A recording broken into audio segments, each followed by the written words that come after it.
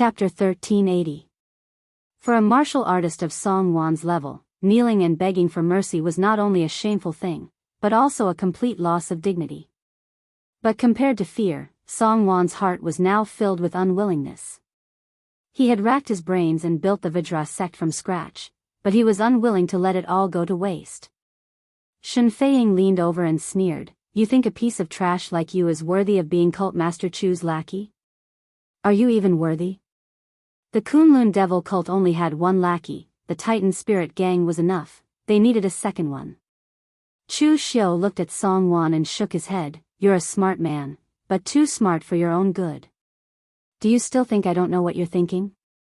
It doesn't matter if you're hostile to the Kunlun Devil cult or if you're trying to please Venerable Qixia. What's important is that those who offend the sacred sect must pay the price. Otherwise, others will think that the sacred sect is easy to bully." With that, Chu Xiu turned to Mei Qinglian and said, "This guy slandered you? I'll leave him to you. Do whatever you want, but don't be too cruel. After all, he's already miserable enough." Mei Qinglian sneered, "Don't worry, we women are soft-hearted. We can't be too cruel." But in the next moment, the karmic fire of the red lotus bloomed in Song Wan's body, causing him to scream in agony. Chu Xiu shook his head gently and said to Shen Feiying, "Help me send out an invitation to all Prime Venerables and Daoist martial artists in Northern Yen land to meet in the Northern Yen Palace in 10 days for a meeting." The incident with Venerable Qixia was also a catalyst for Chu Xiu to deal with the Daoist Prime Venerables in a fair and just manner. In the past, the Kunlun Devil cult had not yet dominated the Jianghu in the lower realm. What could really be regarded as Chu Xiu's sphere of influence, except for the southern barbarian land, was the Northern Yen. Therefore, Chu Xiu couldn't care less about how the other Daoist sects were doing, but at least in the Northern Yen region, he was the one making the decisions. While Chu Xiu was about to convene the Northern Yen land's primogenitors for a meeting, Venerable Crimson Dawn had gone to Eastern Qi to find Fang Daochen of the Star River Martial Court. Although Meng Xinghe was not in the Galaxy Martial Academy, Fang Daochen was Meng Xinghe's trusted aide and was helping him manage the Galaxy Martial Academy for the time being. Venerable Crimson Dawn could no longer stay in the Northern Yen region, nor did he have the face to do so. Forcing him to hand over his disciple in front of everyone, this was a huge loss of face for him. However, Venerable Crimson Dawn could not take this lying down. Although he was the one who had backed down, he was still a primogenitor and a fifth heaven martial immortal expert. The more he thought about it, the angrier he became. There was no end to this. The location of the Star River Martial Court was very strange. It was located on the Lini River of the Eastern Qi. It was directly suspended in the air and built on the surface of the water with a formation. Meng Xinghe's Galaxy Unfettered Cultivator was very good at things like formations. He had even prepared all kinds of formation plates before he came to the lower realm for the establishment of a sect in the lower realm. That was why the Star River Martial Court was established so quickly in the lower realm. Even though Meng Xinghe was not here, it only took 2 months for the Star River Martial Court to rise from the ground. The Star River Martial Court did not have any special purpose in doing so. Floating above the river would not increase the martial court's defensive power.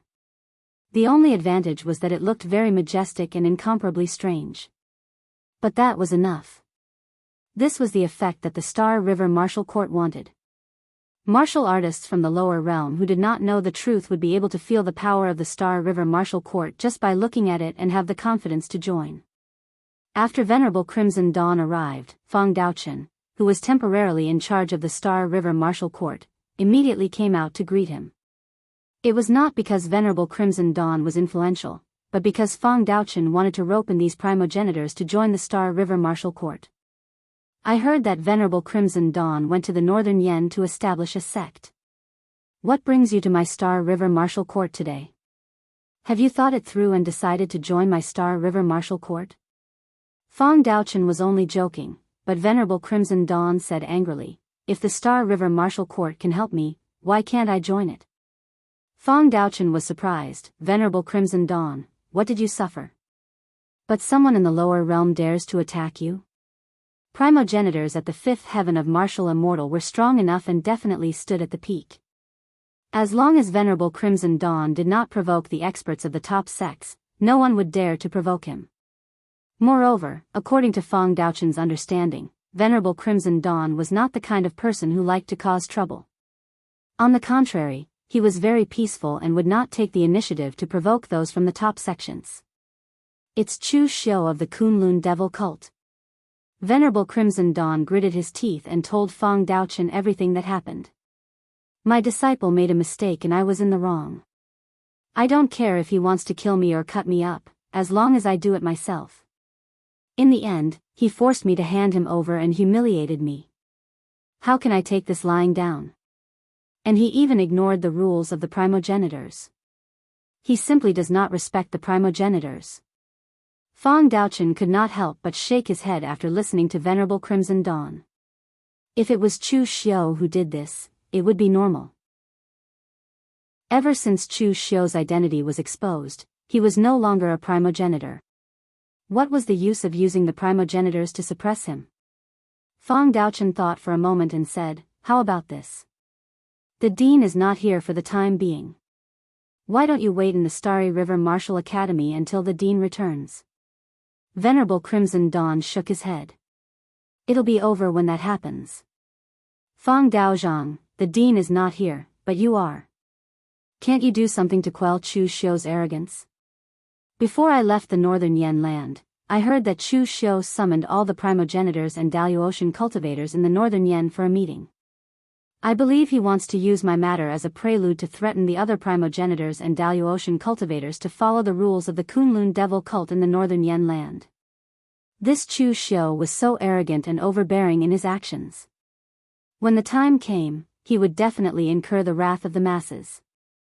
At this moment, if Daoist Fong were to make a move, with the Starry River Martial Institution and Dean Meng's reputation, there would definitely be many who would respond. Do you want to give up such a good opportunity to increase the prestige of the Starry River Martial Academy and Dean Meng? Although Fong Daochun knew that Venerable Crimson Dawn was only provoking him to cause trouble for Chu Xiu, this matter was indeed beneficial to the Starry River Martial Academy. Fong Daochun pondered for a moment and said, is what you said true? Venerable Crimson Dawn hurriedly said, how would I dare lie to you about this matter, Daozhang? Fong Daochun pondered for a moment and said, very well, I will go with you to the northern Yen land. Before Meng Xinghe left, he had instructed Fong Daochun that the Starry River Martial Academy should focus on stability before he returned. If they could recruit disciples, teach them, and if they couldn't, then leave it to fate. But if he made good use of this opportunity, he could gain the favor of several primogenitors. It would be worth it if one or two of them joined the Starry River Martial Academy. In the northern Yen Imperial Palace, the grand ceremony hall was filled with seats, waiting for the arrival of the northern Yen prime sovereigns and Daoist experts from the lower realm. Xiangli sat on the main seat, but he was currently twisting his body as if he had lice on his body. After being an emperor for so many years, Xianglong had developed the bearing of an emperor. His every move was well behaved, but now he behaved like an ADHD child and didn't look like an emperor at all. Sitting below Xiangli, Chu Xiu asked, are you nervous, Your Majesty? Xiangli smiled wryly. Of course I'm nervous. Cult Master Chu, why did you call me here? You even asked me to sit on the main seat. Why don't you take this seat? You will be in charge of everything in the northern Yen Jianghu. Chu Xiu shook his head. You are mistaken, Your Majesty. No matter who is in charge of the northern Yen Jianghu, this is the northern Yen Jianghu, the northern Yen of the imperial court. It is time for the Jianghu's court to separate. The imperial court manages the world's court, and the Jianghu people deal with disputes. This is the right way. What happened last time in the northern Yen Jianghu Dawn will not happen a second time. As the two conversed, someone outside announced that the prime sovereigns and Daoist sects had arrived. In the northern Yen Jianghu, there were 3 prime sovereigns and a dozen sections. These sects were from the southern and northern regions. They weren't weak, but they weren't strong either. Those present were surprised to see Chu Xiu sitting in the lower seat. Who the hell was that sitting on the main seat? Xiangli had some cultivation, but it was nothing in their eyes. He was no different from an ant that could be squashed to death at any time. What was Chu Xiu trying to do by letting someone like that sit in the main seat? Chu Xiu looked at the crowd and pointed at Xiangli. Everyone, this is the Emperor of the Northern Yan Imperial Court, His Majesty Xiangli. The prime sovereigns and sect masters only nodded in confusion, not showing any intention of bowing. The Daoist did not have an imperial court. 10,000 years ago, when martial Dao was flourishing, there was no imperial court or temple. The top sects were already in control of everything. After coming to the lower realm, they learned of the existence of the Northern Yan Imperial Court, but they didn't pay much attention to it. In their view, the so-called Imperial Court was also a large sect, but it was the kind that had a wider range of control, even managing the lives of the common people. Rapping on the table, Chu Xiu said in a deep voice, "I have gathered all of you here today for one reason, to explain the rules of the Northern Yan Imperial Court." The Daoist were the Daoist, and the lower realm was the lower realm. The rules naturally had to change when the place changed. If you want to establish a sect in the lower realm, you may do so, but you must report the location and number of people to the Northern Yan Imperial Court and the Kunlun Devil cult at the same time. The lower realm is different from the Daoist Imperial Court. There are many people here, and the Imperial Court is in charge of the people, while the Jianghu people are in charge of the Jianghu. Everyone has their own duties. This is the rule of the Northern Yan Imperial Court. Chapter 1381. The Northern Yan rules Chu Xiu mentioned, or rather Chu Xiu's own rules, immediately caused an uproar among the crowd. Everyone showed a trace of dissatisfaction. Chu Xiu's rules were even stricter than those of the Daoist sections. Even the top Daoist sects did not have as much control as Chu Xiu. A martial immortal immediately stepped forward and said in a deep voice, "Cult Master Chu, your Kunlun Devil cult is strong, but we are not your vassal sections. Don't you think you've gone too far?" Chu Xiu said indifferently, "I've never wanted you to become my vassal sections. The vassal sects of the Kunlun Devil cult will not only pay such a small price. I asked you to report your sect's address to distance yourself from each other so that two sects that are too close to each other will easily clash. I asked you to report your disciples so that if any arrogant disciple causes trouble, it will be easier to find the sect he belongs to. The Northern Yan is the territory that the Kunlun Devil cult has been operating for so many years. You can come if you want, but you must abide by the rules of the Northern Yan and my, Chu Xiu's, rules. And I hate people who don't abide by the rules."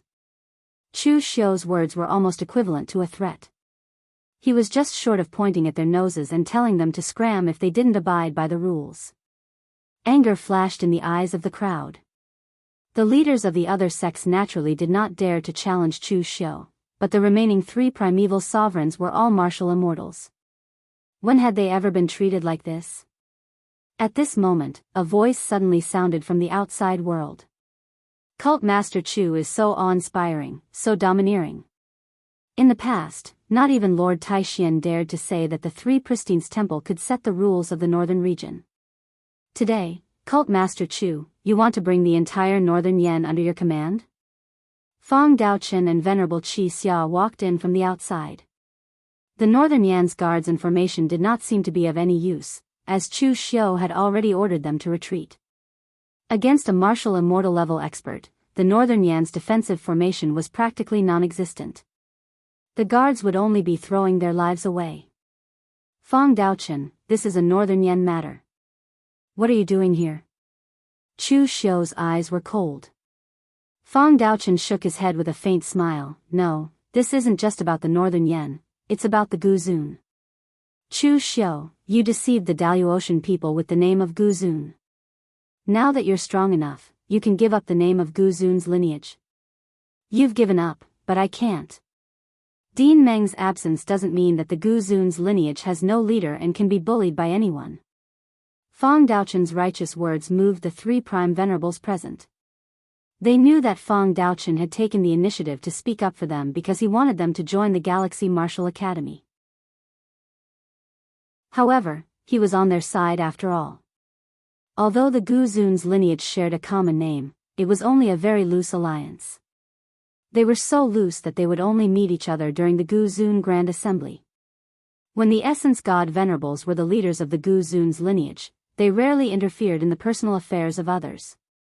However, they also did not come forward to help like Fang Daochen did. Therefore, Fang Daochen's appearance had won them a good impression. Chu Xiu looked at Fang Daochen and sneered. The Three Pristines Temple doesn't set the rules in the northern region because Lord Taixien doesn't need it. But now, I need it. Do you think the Galaxy Martial Academy has a lot of influence? Do you think the leader of the Gu Zun's lineage has a lot of influence? When Meng Xinghe came to the eastern region to kill me, he failed. Now you, Fang Daochen, have come to the northern Yen as Meng Xinghe's confidant. Do you really think I won't dare to kill you? Chu Xiu's body was full of killing intent as he shouted the last word. He did not give Fang Daochen a chance to speak at all. The formation-breaking tool in his hand was directly unsheathed and the ethereal slash fell. An invisible blade suddenly attacked Fang Daochen. Fang Daochen was shocked and pinched a seal with his hand. Wisps of Dao accumulation flowed out from his body and formed an 8 trigrams formation board around him. The ethereal slash's power was hidden in the void law. Very few warriors of the same level could detect the existence of the ethereal slash. However, Fang Daochen's power was delicate. He was good at fighting with a small force. The 8 trigrams flowed in the formation board. Fang Daochen used his inner force to evolve the formation and predicted the ethereal slash's position in advance. He gathered his power in an instant and blocked the ethereal slash before it could reach him. The next moment, however, Chu Xiu's figure seemed to have teleported. He almost crossed the space and appeared in front of Fang Daochen in the blink of an eye. He punched Fang Daochen out of the hall with absolute power. The 3 Prime Venerables and Venerable Qi Xia stood up when they saw Chu Xiu attack. However, they were stared at by Qinqing Di, Wei Shiya, Fang Baidu, and Su Tianya. Qinqing Di sneered. This has nothing to do with you. Stay where you are and wait for Cult Master Chu to get rid of that fly. Then, we'll talk about your business. With the exception of Venerable Qi Xia, no one else present had made up their minds to turn against Chu Xiu. They stayed where they were. Outside the palace, Fang Daochen was thrown out of the palace by Chu Xiu. His face was filled with shock. Fang Daochen was not weak. He was a 7th heaven martial immortal. That was why he felt that Chu Xiu's power was unbelievably strong. More importantly, when did Chu Xiu step into the 5th heaven? Before he could react, Chu Xiu waved his hand and cast out the 6 Saha Wonder Wheels. The 6 paths of reincarnation rotated continuously in the air and bombarded him with 6 different forces, eroding his power source. Fang Daochen waved the horsetail whisk in his hand, and a grayish Taoist connotation circulated. The power of the laws in the surroundings was woven into a large formation, and it resisted the 6 Saha Samsara wheels. Fusing the Tao of formations into the power of laws. How creative. Fang Daochen was one of the few martial artists that Chu Xiu had seen that was as creative as him. Most people's skills focused on the large and targeted the source of the great Tao. However, Fang Daochen's skills focused on the small and focused on the most subtle parts of the power. This led to Fang Daochen's control of power far surpassing other martial artists of the same level, even if his power was not strong. The formation was so intricate that it could not be used in a one-on-one battle. However, Fang Daochen's precise control of power allowed him to weave a large formation with the power of laws in such a subtle place. It was amazing. In the next moment, Fang Daochen formed a Daoist seal and a simple 8 trigrams formation rose under Chu Xiu's feet. The 8 trigrams formation was indeed the simplest formation. However, in Fang Daochen's hands, the 8 trigrams formation kept rotating and changing. Chu Xiu was not good at breaking formations, but he knew that the simplest and most direct way to break a formation was to break it with force. He used the law embodiment of heaven and earth. Chu Xiu's body instantly turned into a giant that was thousands of feet tall, and he directly broke the 8 trigrams formation. The punch landed with enough force to shatter mountains and break rivers. A storm of origin chi gathered in an instant. Fang Daochen's expression changed several times. He waved his hands and a water and fire formation appeared at the same time. The two merged and intertwined to form a large net, blocking Chu Xiu's punch. Chu Xiu. Do you really want to make an enemy of the Guzun's line? Chu Xiu laughed. Fang Daochen, this is where you're inferior to Meng Xinghe. Meng Xinghe would never play such tricks or spout such nonsense. Do you think that by bringing yourself into the Guzun's line, the Guzun's line will view me as an enemy and fight me to the death? How naive. Even Meng Xinghe doesn't have that kind of status, let alone you, Fang Daochen. I have 2 Guzun working for me now. Did the 4 Guzun in the house, including Supremacy Qi Xia, who had a grudge with me before, make a move? Would he dare to make a move? Your provocation is no different from spouting nonsense. In the next moment, the indestructible holy demon body was directly wrapped around the law embodiment of heaven and earth, causing Chu Xiu's strength to soar. Scorching Buddhist light and pitch-black demonic qi intertwined and converged. The punch landed like a huge black and red tornado. Even the power of laws was shattered under this extreme power. The formation in front of Fang Daochen was completely torn apart. He gritted his teeth and drew a small, door-like formation in front of him. In an instant, the light grew brighter. He stepped into it and disappeared in an instant. Fang Daochen's formation was related to space. It could directly break through space and transport people over short distances. Chu Xiu did not give chase. A 7th heaven martial artist was determined to escape, especially one like Fang Daochen, who had many tricks up his sleeves. Chu Xiu could not catch up to him. But that was not important. His main goal today was not to kill the people of the Star River Martial Arts School. When he returned to the hall, there were only 3 people there. Supremacy Qi Xia was nowhere to be seen. Qin Qingdi shrugged and said, "That guy ran away. He's a coward." He noticed Fang Daochen's departure before we even made a move. He ran pretty fast too. I guess he has given up on his plan to establish a sect. It did not matter that Supremacy Qi Xia had run away. Chu Xiu turned his gaze to the remaining 3 and said, "I don't object if you want to establish a sect in the northern Yen land, but I'll say it again. Wherever you are, you have to abide by the rules. The rules of the northern Yen land are set by me. Are you going to abide by them now?" The people present looked at each other and helplessly cupped their fists at Chu Xiu. "We are willing to abide by Cult Master Chu's rules." They regretted coming to the northern Yen land. Among the 3 kingdoms, Eastern Qi belonged to the Central Plains. It was vast and rich in resources. That was why the Sanskrit sect and Tianluo Temple had taken a liking to it. On the other hand, Western Chu had the 3 Pure Temple. Prime venerables like them did not want to be neighbors with the Taoists and Buddhists. That was why they came to the northern Yen land. They did not expect it to be the territory of the fierce Chu Xiu. Chapter 1382. Eastern Qi, Tianluo Treasure Temple. Tianluo Treasure Temple's new sect in Eastern Qi was not as ostentatious as the Daoists. Of course, they did not have the ability to build as ostentatious as the Daoists. The Tianluo Treasure Temple had spent tens of thousands of years accumulating countless materials to build it to its current state. They were even adding bricks and tiles from time to time. In the Tianluo Treasure Temple's Great Strength Hall, the head of the Life Transformation Pavilion, Zen Master Ji Shan, and the head of the Earth Treasury, Zen Master Ji Kong, as well as a few other heads were discussing the construction of the Tianluo Treasure Temple after they descended to the lower realm. Ji Kong stroked his beard and said in a deep voice, "These warriors from the lower realm used to be of the same lineage as us. Although the inheritance is somewhat broken, their martial arts have developed to another path. Different paths lead to the same goal. Even the performance of the low-level disciples is better than that of the Daoistian warriors.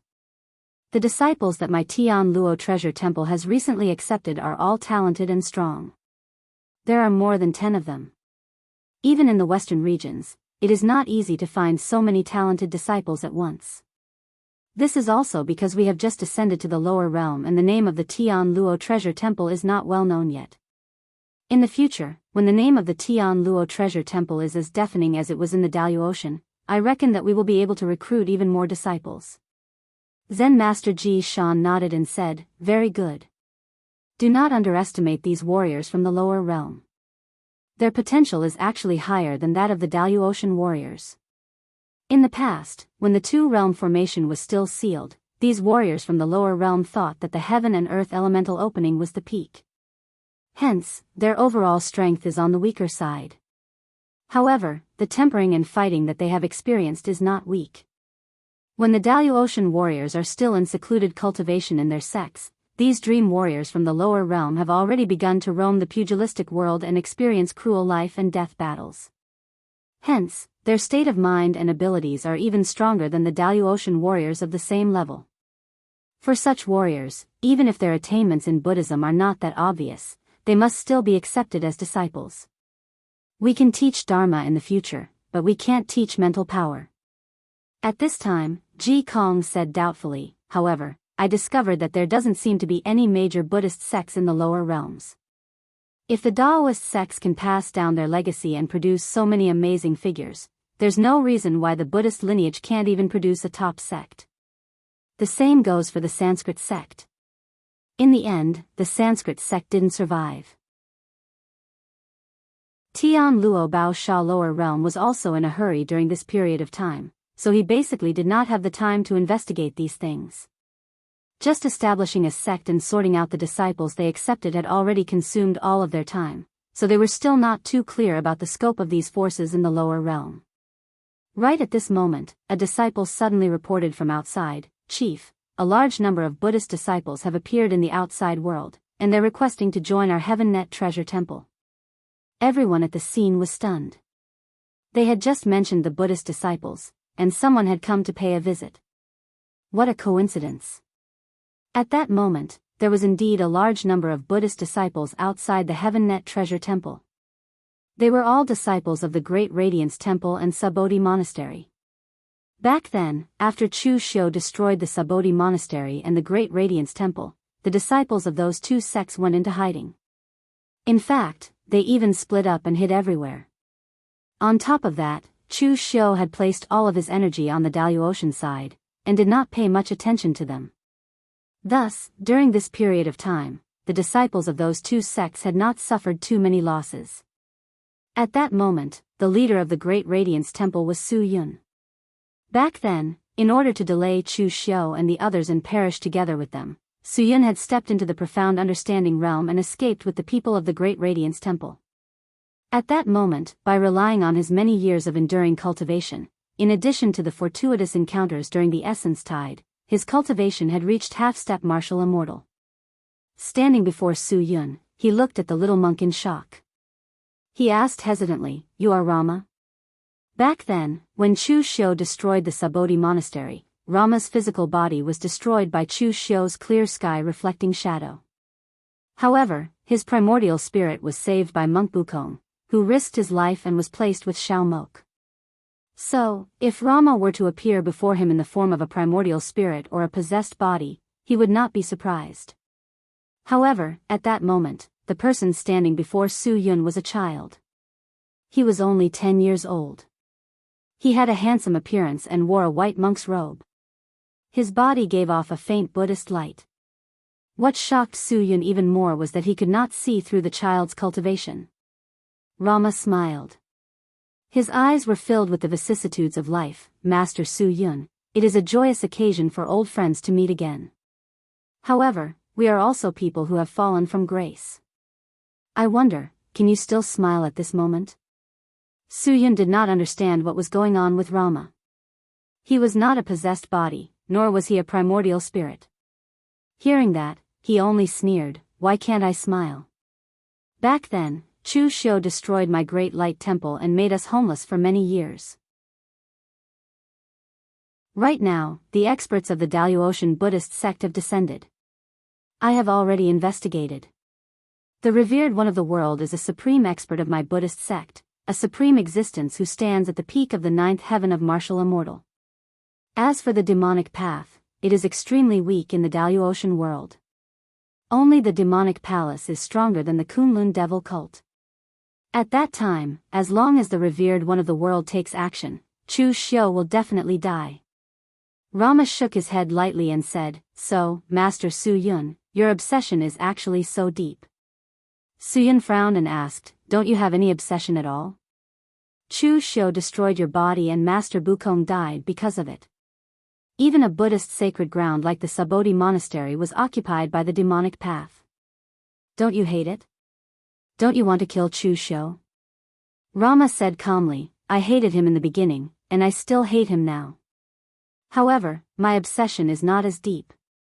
The enmity between my Sabodhi monastery and Chu Xiu has been fated since the beginning. Or rather, it has been fated since 500 years ago. Xiao Moha's divination was karma. However, it was not a moment's karma. It was a lifetime's karma. I know it is not so easy to resolve the cycle of karma. However, I cannot let hatred take over my mind. Greed, anger, obsession, and hatred. Only Buddhas can eliminate them. I am not Buddhas, so I cannot eliminate them. However, I cannot be affected by them either. At least, to me, there are many things in this world that are more important than revenge. Master Su Yun, the demonic Buddha only needs a thought. Don't become a demon for the sake of eliminating a demon." Su Yun narrowed his eyes and said coldly, "Obsession? Killing Chu Xiu and destroying the Kunlun devil cult are my obsession. If I destroy the Kunlun devil cult, my obsession will naturally disappear. Why should I worry about becoming a demon?" Rama shook his head gently. He knew that he could not persuade Su Yun. Over the years, Su Yun's obsession had already penetrated deep into his heart. Although they were both people who had fallen into the same predicament, they were not people who walked the same path. At this moment, the gates of the Heavenly Net Monastery opened. All the warriors of the Heavenly Net Monastery came out to take a look.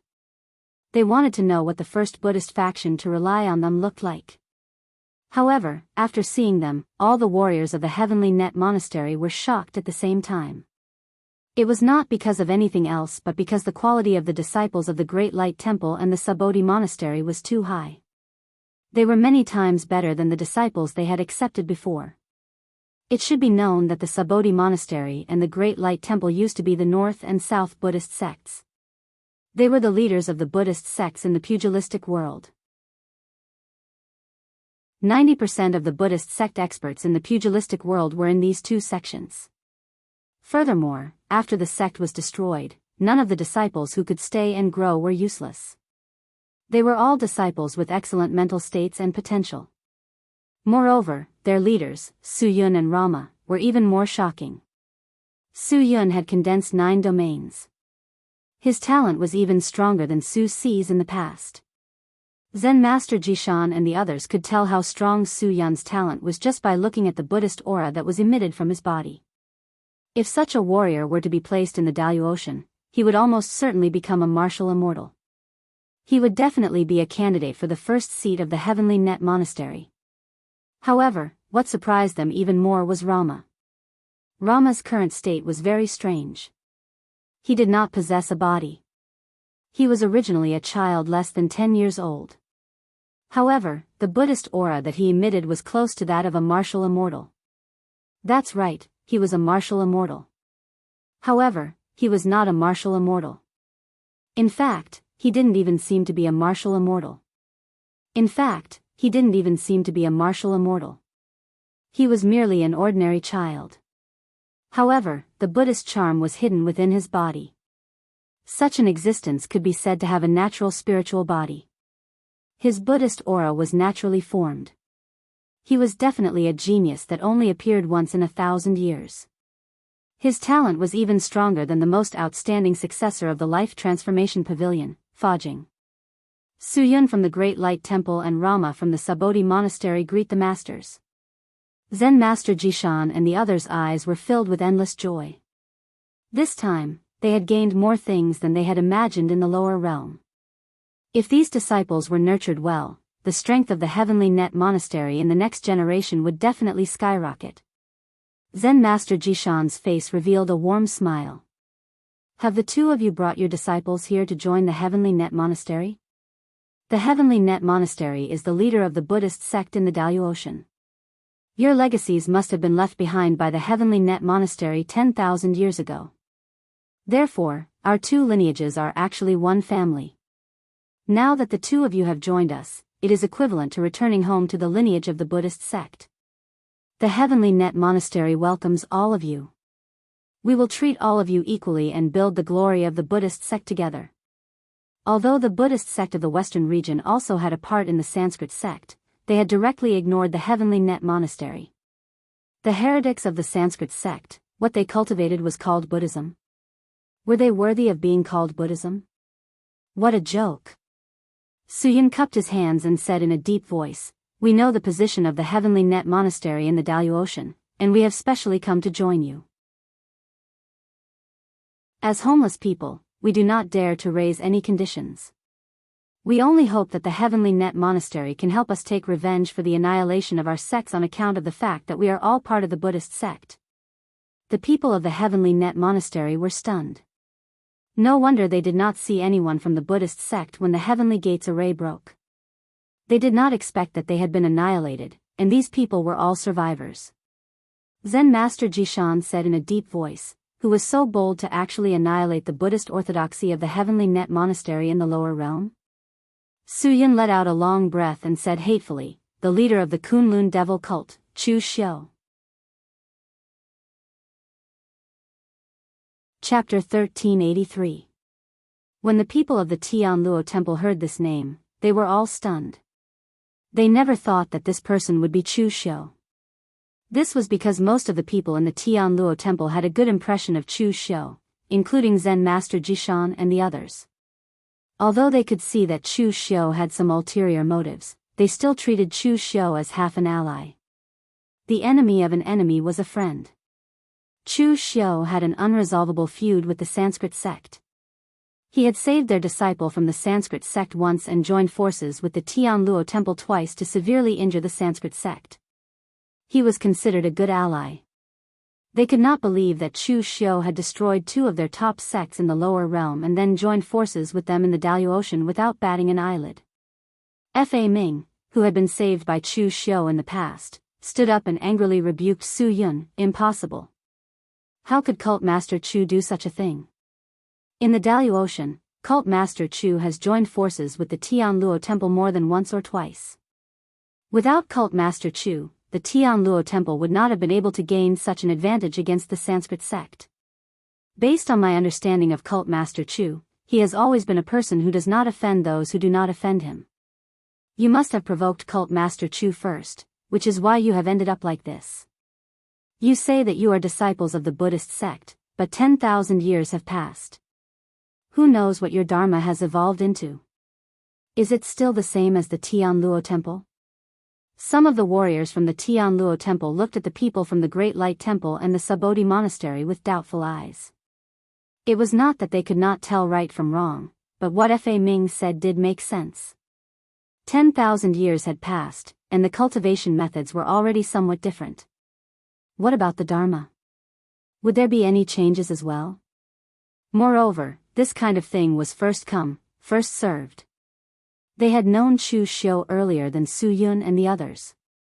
Chu Xiu had given them the impression that he was an honest and reliable ally. Now, Su Yun came over and said that Chu Xiu had destroyed their two Buddhist sects, so they couldn't be blamed for being suspicious. Su Yun was dumbfounded as he looked at the people of the Heavenly Luo Treasure Temple. He had never expected that they would have such a reaction. Shouldn't they help me denounce Chu Xiu with righteous indignation? But why did they all seem to be on Chu Xiu's side? Just what had Chu Xiu done in the Daoist Empire that the Buddhist sect of the Heavenly Luo Temple would protect him like this? Zen Master Jishan shouted sternly, "Shut up. We are all people of the Buddhist sect. No matter how the Buddhist Dharma changes, it is still the Buddhist Dharma. Su Yun, Rama, you two tell us, what is going on?"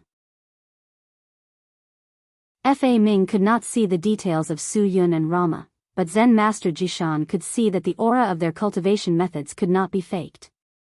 They were indeed of the same origin.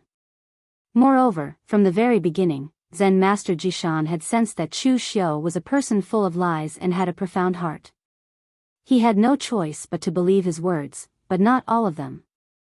Now, it seemed that there was indeed a problem.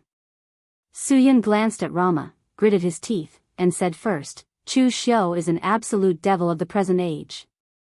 He is second only to the one from 500 years ago. No. He is even more evil than the cult master of the devil sect, Dugu Weiwei. This person is ruthless, scheming, and unscrupulous. He is shameless and untrustworthy. He is definitely a devil among devils.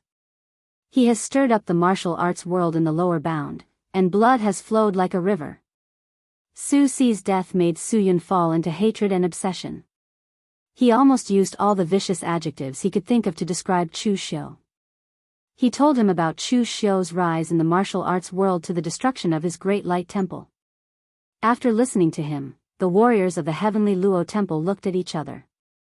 They really could not believe that the Chu Xiu that Suyun described was the same person as the Chu Xiu that they knew. According to Suyun, Chu Xiu was simply not a human. It was even possible that he was an extraterrestrial devil that came to the lower bound to destroy the world. Rama shook his head and sighed. Let me say it. Then, Luo Mo recounted the incident again. However, Luo Mo's narration was much more objective.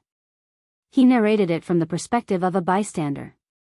Frankly speaking, the grudge between the lower bounds Buddhist sect and Chu Xiu was a battle between the righteous and demonic factions.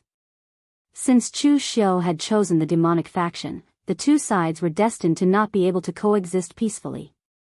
In the end, Rama sighed and said, after the destruction of the Sabodhi monastery, although I was only left with the body of a primordial spirit, because I had fused with the Sabodhi tree, I comprehended the power of rules and touched the barrier of martial immortal. At that time, I no longer had a physical body. Although I had the possession technique and my fellow disciples were willing to give up their physical bodies to let my primordial spirit possess them, I refused. Because my primordial spirit was already tainted with the power of rules, even if it was just a primordial spirit, it could still exist. At that time, I met a pregnant lady who had been killed by a robber. She was about to give birth. Although she was dead, the fetus still had a chance to live. I did not want to be troubled by hatred and obsession for the rest of my life, so I chose to disperse my primordial spirit. My primordial spirit fused with the pregnant lady's body and gave birth to the baby. In the future, he would be the abbot of the Sabodhi monastery. As for whether he wanted to take revenge or lead the Sabodhi monastery to rebuild the monastery, that was his choice. However, unexpectedly, 2 years ago, the primordial chi wave came and reappeared the primordial spirit in my body, allowing me to regain my memories of the past. This can only be said to be fate. The Sabodhi monastery is willing to join the heavenly Luo treasure monastery. However, what we seek is not rewards, but inheritance. I only ask for one thing from all of you, and that is to take back the Sabodhi monastery from the hands of the Kunlun devil cult. Whether to kill Chu Xiu, whether to destroy the Kunlun devil cult or not, the choice lies in all of your hands. After hearing Rama's words, Zen Master Jishan and the others looked at Rama in a completely different light. They finally understood what Rama's current state was. He was a reincarnated spirit child. In the eyes of most people, reincarnation was a nonsense.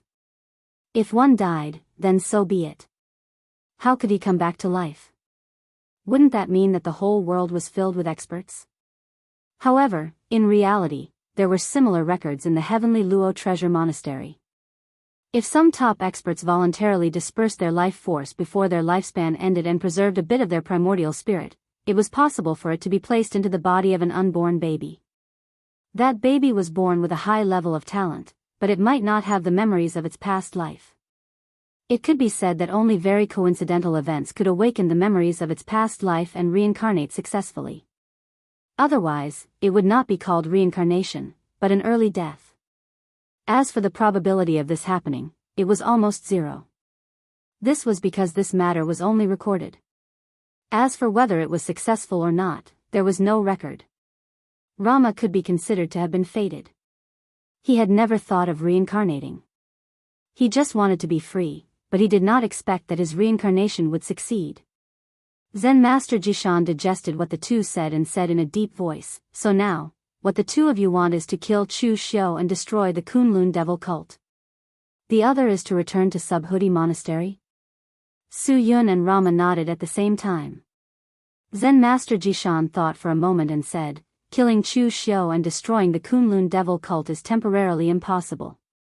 Su Yun exclaimed, "Why? Could it be that even with the strength of the heavenly Luo treasure monastery, we can't kill Chu Xiu?" Zen Master Jishan said with slight embarrassment, "It's not that we can't kill him, but there is something on Chu Xiu's body that we have scruples about, so we can't kill him." Hearing Rama and the others talk about 500 years ago, Zen Master Jishan and the others had already guessed that the existence sealed in High Heaven sect should be the religion master of the demon cult from 500 years ago. As for why Chu Xiu did not release Dugu Weiwei, Zen Master Jishan thought that Chu Xiu's selfishness was causing trouble. He was now the religion master of the demon cult. If he released the religion master of the demon cult from 500 years ago, what would happen to him? So as long as they did not push him too far, Chu Xiu should not release Dugu Weiwei. But on the other hand, if they wanted to kill Chu Xiu now, unless they had a chance to kill him in one blow, they would not even have time to activate the spirit array. Otherwise, once Dugu Weiwei was released, the scene from 500 years ago would repeat itself. What happened 500 years ago was a bit shameful, so Zen Master Jishan would not tell Su Yun and the others too much. He just said, "Don't worry, the two of you. Chu Xiu destroyed the orthodoxy of my Buddhist sect in the lower realm. No matter what, there must be an explanation for this matter. Although we can't destroy the Kunlun devil cult and kill Chu Xiu for the time being, with the current power of the Heavenly Treasure Temple, it should not be a problem for us to take back the Subhuti Monastery for the time being." Rama nodded indifferently. He had seen through many things, so he was not in a hurry now. Although Su Yun was a little unwilling, he also knew that this was already a game at the martial immortal level. Since Zen Master Jishan said it was impossible, it should really be impossible. However, Su Yun was a little confused. Was Chu Xiu really that lucky? Even if he was in the Daoist Ocean, he could still live well, even to the point that the Heavenly Treasure Temple was afraid of him. At this time, in the South China, all the people under Chu Xiu's command returned to the South China after solving the matter of the Northern Yen. Perhaps because it had not been developed on a large scale, the heaven and earth essence of the South China was very rich. It was almost the same as the South China on the Daoist Ocean side. Therefore, as usual, only Shen Feiying and Bai Wuji were left in the Northern Yen. The real elites of the Kunlun devil cult were cultivating in the South China. At this time, Chu Wuji suddenly knocked on the door of Chu Xiu's retreat secret room in a hurry. He said with a nervous expression, "There is big trouble. The Heavenly Treasure Temple is rushing to our sect with a group of people." Some disciples reported that they saw Su Yun beside the people of the Heavenly Treasure Temple, as well as the disciples of the Great Light Temple and the Subhuti Monastery. Chu Xiu raised his eyebrows slightly. "Oh, really? I thought they would endure for a while before showing up. I didn't expect them to come so soon." Chapter 1384. Chu Xiu was not surprised that Great Light Temple and Subhuti Monastery would seek refuge with Tian Luo Treasure Temple. He did not spend a lot of effort to destroy the remnants of these two sects because it was unnecessary. The people from the Heavenly Net Treasure Buddhist sect were not blind or deaf. Even if Chu Xiu expended a lot of effort to kill the remnants of these two sects, the Heavenly Net Treasure Buddhist sect would still be able to find out what had happened when they descended to the lower realm. After all, Chu Xiu could not let the entire lower realm pretend to be deaf and mute. His power had not reached that level yet. As for what Tian Luo Treasure Temple would choose, they might fall out with him, but they would definitely not fight him to the death for Subhuti Monastery and Great Light Temple. The reason was simple. Even if the people of those two sects were added together, they weren't worth that much. At the very least, they weren't worth enough to make the people of Sky Luo Treasure Temple follow him, Chu Xiu, and the Kunlun demon cult to the death. When the people of Tian Luo Treasure Temple arrived, they found that Chu Xiu was already waiting for them at the entrance of the Nanman Branch Temple. The entire Nanman land had been occupied by Chu Xiu. It was not surprising that he knew of their arrival in advance. The leader of Tianluo Treasure Temple was master of the Xitigarbha Pavilion, Ji Kong.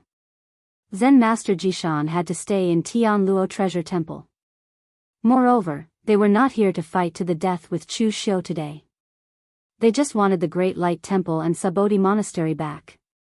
Chu Xiu looked at the many monks who came and said with a warm smile, "Master Su Yun, long time no see. How have you been? And Master Rama, I didn't expect you to become younger and younger. Congratulations." When he saw Chu Xiu again, Rama's expression did not change, but Su Yun was already close to being ferocious. "Chu Xiu.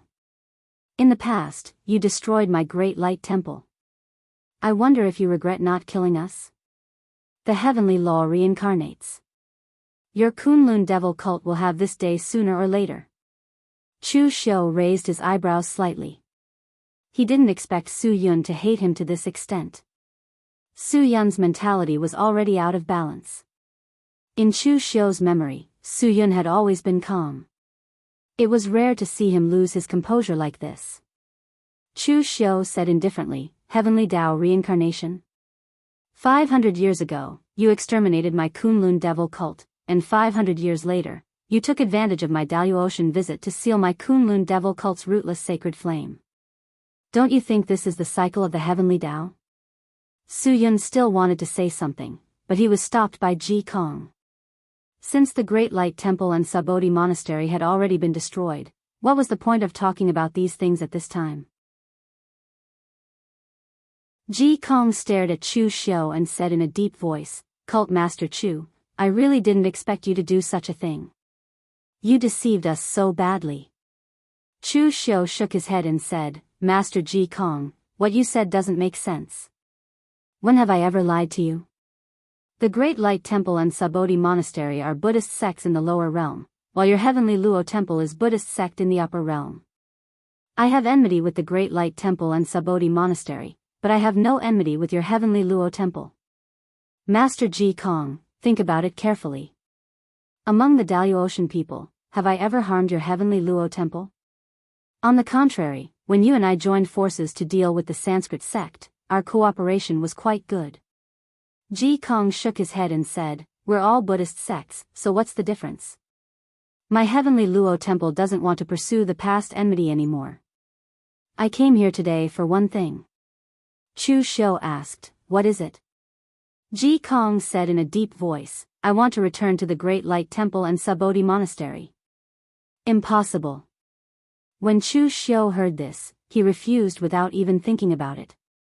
In fact, it was not a big deal to return the Great Light Temple to them. It was already in ruins. Moreover, there were 3 prime venerables and more than a dozen Daoist forces in the northern Yan land. It was already a mess, so Chu Xiu could only set rules for them within his power. However, Sabodhi Monastery was different. Sabodhi Monastery was complete, and there was even the Sabodhi treasure tree. Although Chu Xiu could not use it for the time being, not using it and handing it over were 2 different concepts. Ji Kong said in a deep voice, "Is there really no room for negotiation?" Chu Xiu said lightly, "Master Ji Kong, you want 2 places from me as soon as you open your mouth. Is this the attitude of a negotiation?" Ji Kong took a deep breath. He knew this would be the result. When they became allies with Chu Xiu, they already knew Chu Xiu's character. It was not an ordinary kind of toughness. However, they were allies at that time. When facing the Sanskrit, Chu Xiu's tough attitude naturally made them happy. But now, Chu Xiu's stubborn attitude gave Ji Kong a headache. Ji Kong's face darkened, and he said coldly, "Cult Master Chu, as far as I know, you have offended a lot of people. The Sanskrit has already regarded you as a serious threat. Destroying a hall of the Sanskrit is something that the Heavenly Luo Temple has not been able to do for thousands of years. There is also the Dean of the Xinghe Martial Arts Academy, Xinghe Unfettered, Meng Xinghe. You killed his sworn brother, Yi Weikong, and now he wants to kill you. Today, you have rejected my conditions, which also means that you have formed a death feud with the Heavenly Luo Temple. At the same time, you have offended 3 top Daoist forces. Cult Master Chu, do you really not feel any pressure? Chu Xiu shrugged indifferently and said, when there are too many lice, there is no itch. When there are too many debts, there is no need to worry. What's the difference between offending 2 or 3? Anyway, I can't beat any of them now. At most, I will directly release that person, and everyone can play together. Chu Xiu's attitude made Ji Kong's eyebrows twitch, but there was nothing he could do. Finally, he let out a long breath and said, Cult Master Chu, in the past, you and I also fought side by side. Today, this poor monk does not want to force you too much. Let's fight. If this poor monk wins, you will return the Great Light Temple and Sabodhi Monastery to their 2 sections. If this poor monk loses, I will immediately retreat and never step into the southern barbaric land. What do you think? Ji Kong had no other choice. He was at the 7th heaven, and Chu Xiu was at the 5th heaven. At this time, he proposed a fight. It even felt like he was bullying and losing his reputation. But now, it was really difficult for him to get off. Su Yun and Rama had just joined the Heavenly Luo Temple. It was fine if the request to kill Chu Xiu and destroy the Kunlun devil cult could not be fulfilled. If he could not even fulfill the request to return to their previous sects, then his Heavenly Luo Temple would seem to be too useless. But now, Chu Xiu's attitude was unusually tough. At this time, if he forced it, there was no other way but to attack the Kunlun devil cult. But the Heavenly Luo Temple was not crazy to that extent. Therefore, he could only fight with Chu Xiu in public to solve this problem. If he won, everything would be fine. If he lost, he could let Su Yun and Rama see that they had also contributed. At least, they would not be disappointed. Besides, Ji Kong did not think he would lose. Although Chu Xiu had the battle record of killing a 8th heaven expert, Yi Weikong was a 8th heaven expert who had lost his rationality. He could not be considered a normal 8th heaven expert. Since Master Ji Kong is interested, would also like to experience the sharpness of the Heavenly Luo Temple's Buddhist techniques. In the Daoist Kingdom, Chu Xiu had never fought against the cultivators of the Heavenly Luo Temple. After all, they were allies who had a very good relationship. Both sides retreated. Zen Master Ji Kong extended his hand to Chu Xiu and said, Cult Master Chu, please go ahead. He was a 7th heaven martial immortal. In terms of seniority, he was much older than Chu Xiu. So, he was a bit embarrassed to attack first. Chu Xiu did not hold back. The instant Ji Kong finished speaking, he attacked. His attack was so powerful that it could collapse the heavens and rend the earth. He immediately used the phenomenon of heaven and earth. At the same time, the indestructible holy demon body was also wrapped around it. The huge divine power smashed down with a punch. The power seemed to be able to shatter the heavens and the earth. The storm of power it brought even formed a huge tornado that swept down. Ji Kong's eyebrows jumped. Chu Xiu actually used a divine power right from the start. What kind of fighting style was that? Ji Kong put his palms together and chanted scriptures. Swastikas appeared around his body.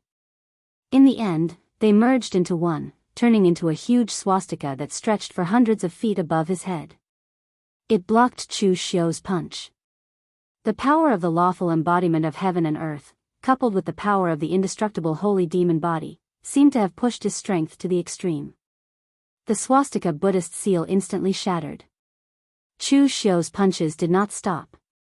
They smashed down one punch after another, smashing Ji Kong's entire body into the ground. The earth trembled, as if an earth dragon was flipping over. After several punches, a lake of several thousand feet appeared on the ground. Looking at Chu Xiu's demon-like figure, Suyun felt powerless for the first time. He felt despair. Even when Chu Xiu destroyed the Great Light Temple, he did not feel despair. At that time, Su Ci sacrificed his life to cover their retreat. Otherwise, judging by Su Yun's personality, he would have gone to fight Chu Xiu with his life after entering the profound understanding of heaven and earth. Su Yun had always been a proud person. Back then, in order to condense the 9 domains, he even chose to suppress his own cultivation. He wanted to enter the profound understanding of heaven and earth in the most perfect state. However, today, when he saw Chu Xiu attack, it was also the first time he saw a martial immortal expert attack. The destructive power made Su Yun truly despair. So what if he had a perfect profound understanding of heaven and earth? Before such inhuman power, he was like an ant. If the current Chu Xiu were to attack the Great Light Temple again, he would probably be able to destroy the Great Light Temple with a single punch. On the other side, Luo Mo's eyes were wide open. He stared unblinkingly at the power that Chu Xiu released when he attacked. Compared to Su Yun's despair, he was more interested in the power that Chu Xiu had displayed.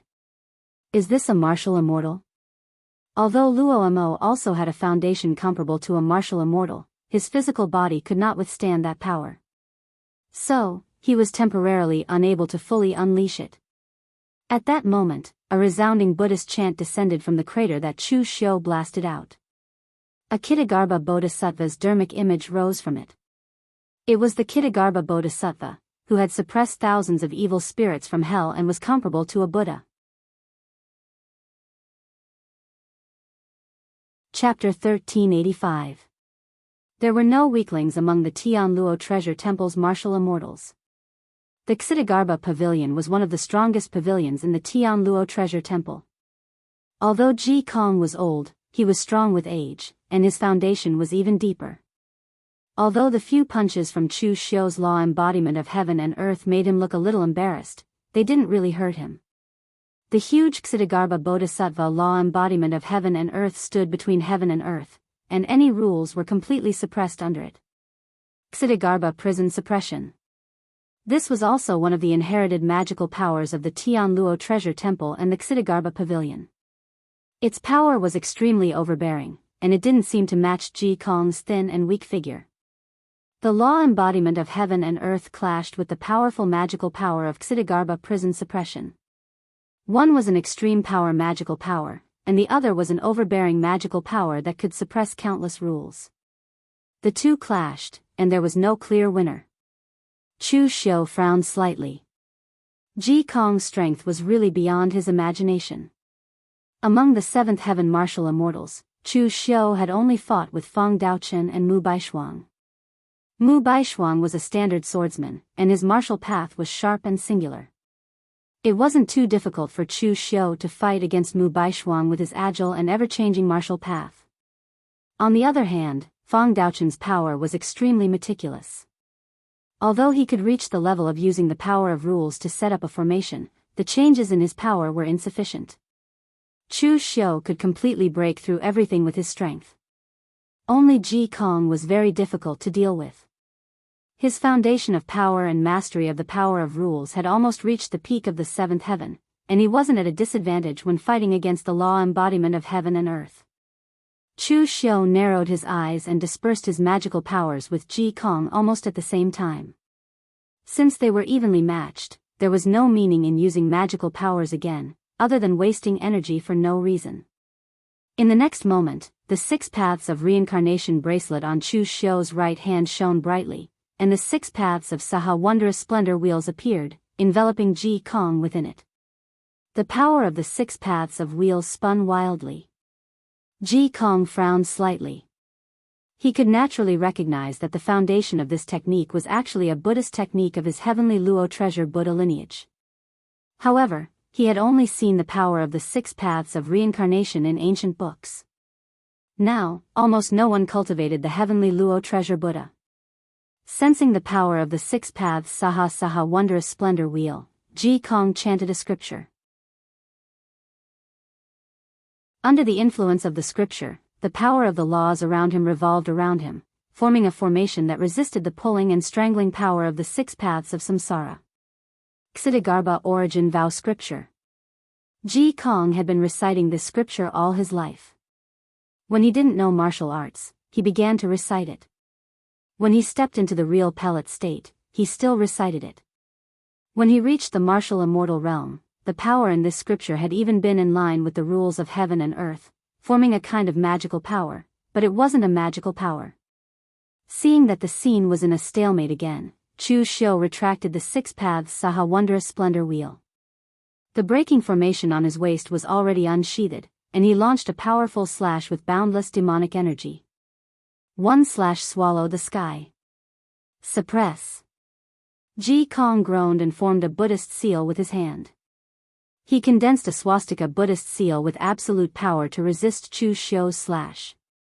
But in the next moment, the demonic energy on the 1/swallow the sky began to flow like a living thing, turning into a huge demonic shadow. It directly wrapped Ji Kong's entire body in it, eroding the power around him. The power of the creation sky demon, the cycle of life and death, could assimilate any kind of power. However, countless golden Sanskrit words appeared around Ji Kong's body, and Buddhist light soared into the sky, resisting the power of the creation sky demon. That was the indestructible golden body, and it was cultivated to the extreme, comparable to the power of a divine power. Ji Kong, who was slightly thin and weak, threw a punch.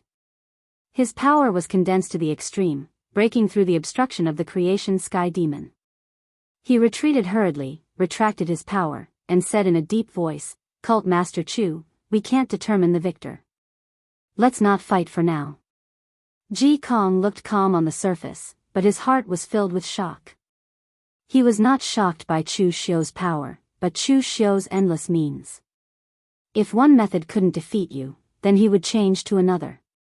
Since the beginning of the fight, how many methods had Chu Xiu used?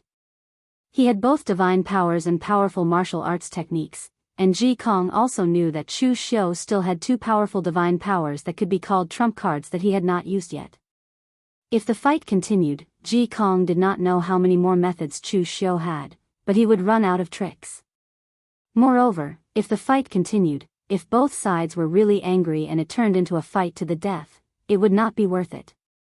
Chu Xiu also stopped and said indifferently, "Since it's a draw, what does Master Ji Kong plan to do? Retreat?" Ji Kong turned back to look at the indignant Su Yun and the indifferent Rama. If he retreated, these two would probably be disappointed with the heavenly Luo treasure Buddha. Zen Master Ji Shan had once said that they had to control the martial artists of these 2 sects in the lower realm and treat them equally. They even had to nurture them as the direct disciples of the heavenly Luo treasure Buddha, so they had to be loyal. If he left just like that, not only would it be embarrassing, but it would also easily cause Su Yun and Rama to lose faith in the heavenly Luo treasure Buddha.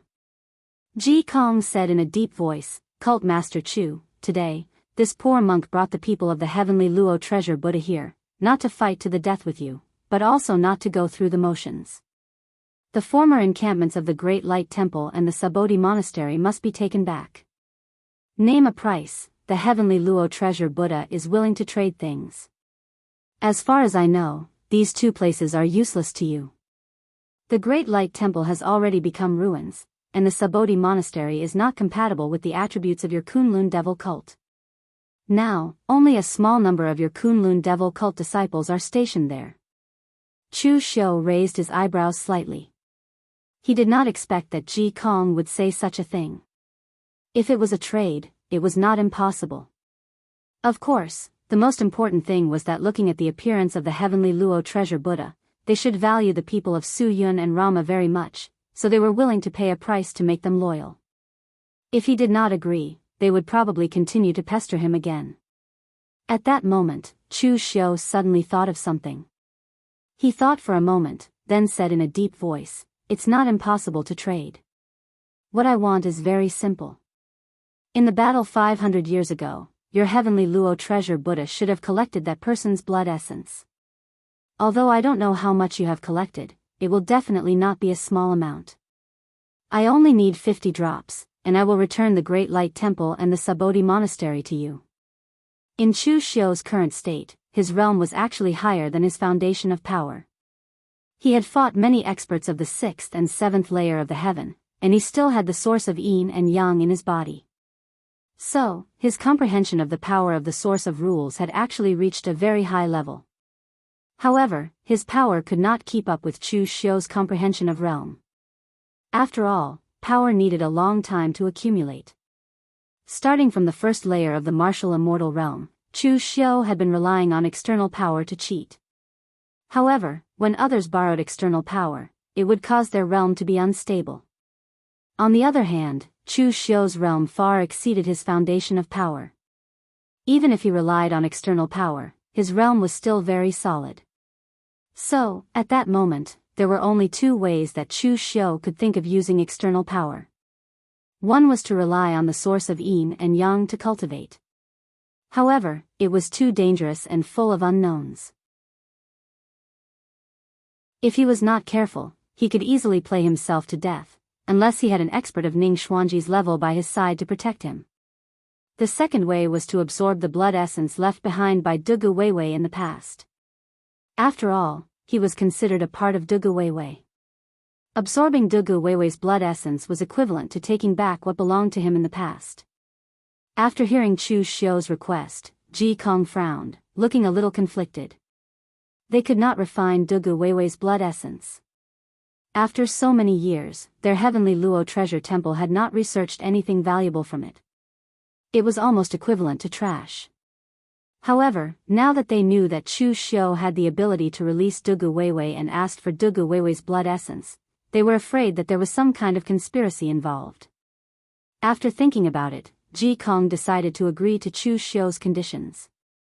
In the battle 500 years ago, almost all the major sects had collected some of Dugu Weiwei's blood essence.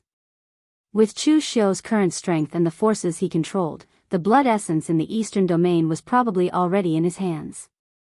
So, they were not lacking in the heavenly Luo treasure temple's blood essence. Moreover, even if Dugu Weiwei was released, it would be trouble for the entire Daoist, not trouble for the heavenly Luo treasure temple alone. However, the matter in front of them was related to the interests of the heavenly Luo treasure temple. Ji Kong said in a deep voice, "I agree to your conditions, but my heavenly Luo treasure temple did not collect that much blood essence at all. There were only 48 drops, and I wasted 6 drops during my research." Chu Xiu sneered and said, "Who are you lying to? The world sword sects were able to collect more than 20 drops. With the heavenly Luo treasure temple's strength at the time, how could it have only collected more than 40 drops?" Ji Kong said angrily, "A monk does not lie. This poor monk has already decided to make a deal. Do you think I will lie to you about the quantity?" Seeing Ji Kong's expression, Chu Xiu finally believed that the heavenly Luo treasure temple really only had that much blood essence. Chu Xiu nodded and said, "All right, we'll exchange the blood essence with one hand and the place with the other. When the blood essence is here, I will immediately withdraw the disciples stationed at Sabodhi Monastery." Ji Kong snorted coldly and immediately sent someone back to the heavenly Luo treasure temple to get the blood essence from the Daoist side. Although most of the elite warriors of the heavenly Luo treasure temple had already descended to the lower realm, some of the accumulated treasures and other things still had to be placed at the Daoist heavenly Luo treasure temple. It took an entire month for Dugu Weiwei's blood essence to return to him. After inspecting the goods, Chu Xiu immediately sent someone to withdraw the disciples stationed at Sabodhi Monastery. The Great Light Temple of the Northern Yen didn't matter. It was just a ruin, and no one even looked after it. However, after Chu Xiu's people withdrew, Luo Mo did not send too many disciples back. He only sent a small number of disciples back to repair the sect. The heavenly Luo treasure temple had not completely fallen out with Chu Xiu, and the southern land was still within Chu Xiu's sphere of influence. Stuffing the disciples into Sabodhi Monastery at this time was not placing a spy in Chu Xiu's sphere of influence, but sending meat to Chu Xiu's mouth. Chapter 1386. The confrontation between Tian Luo Treasure Temple and Chu Xiu did not cause too much of a commotion. Neither side lost, but both felt that they had won. Chu Xiu was worried about how to quickly accumulate his strength, so he used 2 places he didn't need in exchange for a large amount of Dugu Weiwei's blood essence. On the other hand, the Heavenly Net Treasure Temple had used Dugu Weiwei's essence blood, which they had no use for, to exchange for 2 sects' territories. This made Shiyun and Rama submit to them. No matter what, it was worth it. After getting Dugu Weiwei's blood essence, Chu Xiu wasted no time and went into seclusion. While he was in seclusion, the Sanskrit sect became restless, and the reason was related to Chu Xiu. Rama and Shuyun submitted and brought a large number of elite warriors to join Tianluo Treasure Temple. It could be said that the quality of Tianluo Treasure Temple's disciples skyrocketed, which made the Sanskrit sect more and more uneasy. Chu Xiu had destroyed one of the halls of the Sanskrit sect, so they were no longer as strong as the heavenly treasure Buddha. If they didn't make use of the opportunity in the lower realm to catch up, they might really be eliminated. However, when the Sanskrit sect recruited disciples in the lower realm, they were embarrassed to find that very few disciples were willing to join them. On the northern Yan side, there were many warriors in Chu Xiu's sphere of influence who were willing to join the primeval venerables. In West Chu, the Three Pure Temple used its reputation as the supreme leader of Taoism to attract many warriors to join. There were even some Taoism warriors who had specially rushed over from eastern Qi and northern Yan. As for the Star River Martial Academy, because of the discrimination education and the extravagance, it also attracted many warriors. There was no need to mention Tianluo Treasure Temple. Two sects took the initiative to join, and the number and quality of the younger generation of disciples skyrocketed. Only the Sanskrit sect had almost no harvest. In the Sanskrit sect's hall in the lower realm, Ranaja frowned and said in a deep voice, "What's going on? After all this time, only these few people are willing to join our Sanskrit sect?" The palace master of the Brahma Heaven Palace's Peacock Divine Palace, Suana, said helplessly, "Our Brahma religion is quite famous in the Daoist world, but no one in the lower realm knows about our heritage. Even those martial artists who joined before thought that our Brahma religion is also a branch of the Buddhism sect, and treated our relationship with the heavenly Luo Treasure Temple as the northern and southern Buddhist sects in the lower realm." Ranaja frowned and said, "Why didn't the legacy of my Sanskrit lineage be passed down?" Suana said, "Perhaps when our Sanskrit left the lower realm, we brought most of our power to the Daoist, causing our inheritance in the lower realm to be completely cut off after 10,000 years. I've done some research recently, and the only sect that has anything to do with the Sanskrit sect is the sixth demon sect, but it's not that strong." Ranaja waved his hand and said, "Even if it's not strong, it's still better than it is now. We can give him the conditions to join our Sanskrit sect." Suana said helplessly, "It's useless even if we give him the conditions. The sixth demon sect is a branch of the devil Dao in the lower realm, and Chu Xiu's Kunlun devil cult has already unified the devil Dao in the lower realm." Damn it. Ranaja, who had always been calm and composed, couldn't help but curse. He had thought that the lower realm was an opportunity for everyone else, but to his Sanskrit sect, it was like a sightseeing trip, and they wouldn't get anything. At this time, Yinma suddenly laughed strangely and said, "Isn't it easy to get a disciple? The eastern Qi in the lower realm is huge, and it's not smaller than our western region. There are so many sects and aristocratic families, we can just go to them one by one and ask for elite disciples, then force them to join our Sanskrit sect." Ranaja frowned and said, "We're recruiting disciples, not enemies. A melon that's forcefully picked won't be sweet." Yinma laughed coldly and said, "Who cares if it's sweet or not, as long as it can quench our thirst? Don't forget, our Sanskrit sect's techniques are not something those ants in the lower realm can compare to. As long as one has the heart to pursue martial arts, after learning our techniques, it'll be easy to choose. Also, the Vishnu Palace is preparing to be rebuilt, and the last surviving palace master of the Divine Palace, Illusion Heavenly Palace Master Ji Xinlua, is not bad. He's developed many secret techniques that target the primordial spirit and even the mind of a martial artist. When the time comes, Ji Xinlua will use secret techniques to distort the mind of those who are stubborn, and even a melon that isn't sweet will become sweet." After saying that, Yinma also deliberately added, "Ji Xinlua, that kid is not bad, very good, he is much stronger than his predecessor called Moriha. In the future, when the Vishnu Hall is truly rebuilt, I think this kid will be the lord of the hall." Ranaja said indifferently, "Whoever becomes the palace master is decided by the sect master, not something you and I can express our opinions on." Ranaja said this, but in his heart, he was thinking. Although Yenma's method was simple and crude, it was indeed the fastest way to achieve results. Moreover, the Sanskrit sect had always been domineering, simple, and crude. No one in the lower realm could stop them, so it was possible to do this.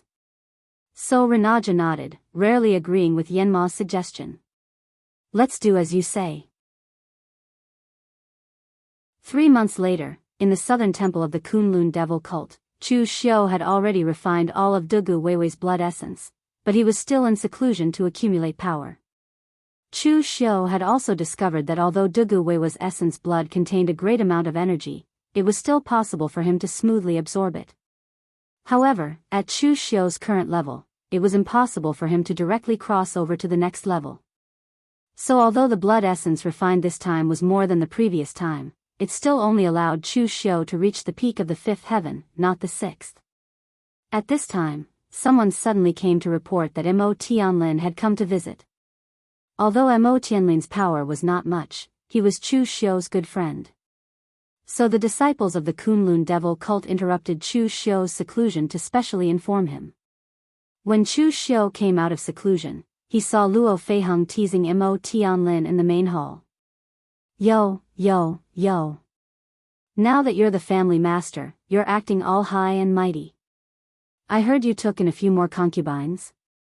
What happened to the infatuated one who cried when he was dumped? Mo Tianlin laughed awkwardly. After all, I'm the family master. I have to have children. Please understand. Also, don't slander me. When have I ever cried? Luo Feiheng pursed his lips. Have children? Is that why you're a stud horse? Also, you've already experienced the vitality tide in the lower realm, why are you still so weak? Is it because you're having children every day that you've neglected your cultivation? Luo Feiheng patted Mo Tianlin's shoulder and said in an experienced tone, men need to control themselves when it comes to sex. Look at how haggard you look. I'm still young and beautiful. Lu Fengxian is even more charming than 10 years ago. Cult Master Chu's appearance hasn't changed much over the years. Only you look like you've been ravaged. TSK, I can't even look at you. Do you need me to ask Long Ling, for some aphrodisiac goo? She has a lot of goo at her place. There must be some aphrodisiac goo. Why don't you eat more bananas? That Xiangwu guy always said that bananas are aphrodisiac. Maybe it will work. Mo Tianlin was already on the verge of tears from Luo Feiheng's teasing. Ever since this woman returned from the Daoist Ocean, her personality seemed to have become even worse. Now, Mo Tianlin was the head of the clan. If it was someone else who teased him like this, he would definitely fall out with them. But facing Luo Feiheng, whom he had only known for a short period of time, he really didn't dare to fall out. Moreover, even if he did, he wouldn't be able to defeat Luo Feiheng. Luo Feiheng was much stronger than him now. At this moment, seeing Chu Xiu walking over, Mo Tianlin hurriedly broke away from Luo Feiheng. As he walked over, he said, "Congratulations, Brother Chu. The Kunlun devil cult's name has spread far and wide in both the upper and lower realms. It's even more impressive than 500 years ago." Luo Feiheng curled his lips. This person was really getting more and more boring as he grew older. Chu Xiu smiled and said, "Famous far and wide? I'm afraid it's infamy spreading far and wide. Brother Mo, what brings you here today?" Mo Tianlin smiled bitterly and said, "Today, I'm here to ask Brother Chu for a favor. There's no need to talk about favors between us. Brother Mo, just say it." Among his good friends on the Dragon and Tiger list, Mo Tianlin's strength could be said to be the weakest. Of course, it couldn't be said that he was weak. The current Mo Tianlin also had the cultivation of true fire spirit refinement realm. He was even stronger than the Mo clan's ancestor. But compared to monsters like Chu Xiu, Fang Qi Shao, and Lu Fengxian, he was much weaker. Even Xia Xiaolu was a level stronger than him. Most importantly, Xia Xiaolu had a powerful master. He could do whatever he wanted. But Chu Xiu still admired Mo Tianlin. He didn't admire his strength, but his strength of character. Mo Tianlin was a person who didn't fight for anything. He seemed very indifferent. But in reality, he had his own bottom line. When the Mo clan was in danger, he could have asked Chu Xiu for help. But he didn't ask for help. Instead, he cultivated the hidden sword technique alone. He risked his life to deal with the changes in the Mo clan. Later, Chu Xiu established the Kunlun devil cult and became famous. It wouldn't be an exaggeration to say that he was famous in Jianghu. But at that time, Mo Tianlin never asked for anything from Chu Xiu. For so many years, Mo Tianlin quietly guarded his Mo clan. He never used Chu Xiu's power to develop himself. As a result, the new generation of martial artists and forces didn't even know that the Mo clan of Xiangyang, which was ranked in the middle of the 9 great clans, actually had a powerful friend like Chu Xiu. Friendship was friendship, and interests were interests. Mo Tianlin cherished the friendship he had when he was roaming Jianghu. So no matter how difficult it was, he wouldn't easily ask for help. He didn't want this friendship to be tainted with interests. Now that he personally came to ask Chu Xiu, it could be imagined that his Mo clan must have encountered something unsolvable. Otherwise, he wouldn't have come. With a sigh, Mo Tianlin said in a deep voice, "I can't stay in Eastern Qi anymore. So I want Brother Chu to help me allocate a territory in either the southern barbarian land or the northern Yan land. I'm going to move the whole Mo clan to these 2 places."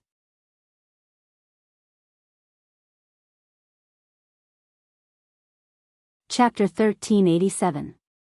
The location of a sect was very important to a force, and it was impossible to change it at will.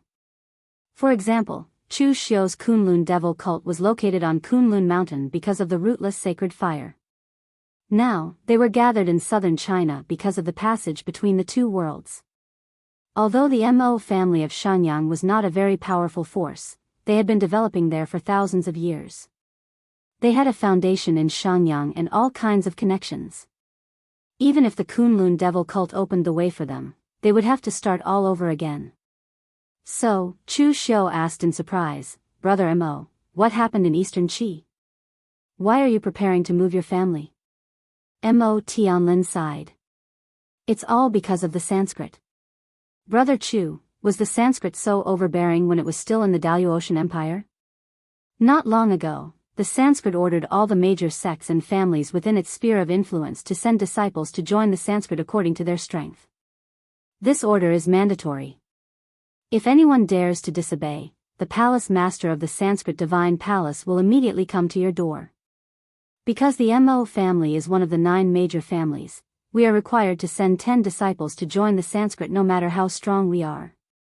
But how many young disciples are there in the Mo family? This is breaking the roots of the Mo family." At this moment, Chu Xiu seemed to have thought of something. He suddenly said, "Brother Mo, tell me everything that the Sanskrit sect did in the lower realm in detail." When Mo Tianlin finished, Chu Xiu suddenly raised his eyebrows. "Brother Mo, you actually don't need to move your family out of Eastern Qi. I have a plan that can help you." Mo Tianlin's eyes lit up. "Brother Chu, are you going to lead the Kunlun devil cult to attack the Sanskrit?" Chu Xiu spread his hands and said, "We can't defeat them. The 2 temple masters of the Sanskrit sect are both 8th heavenly layer martial immortals. There are also several temple masters of the divine palace who are martial immortals.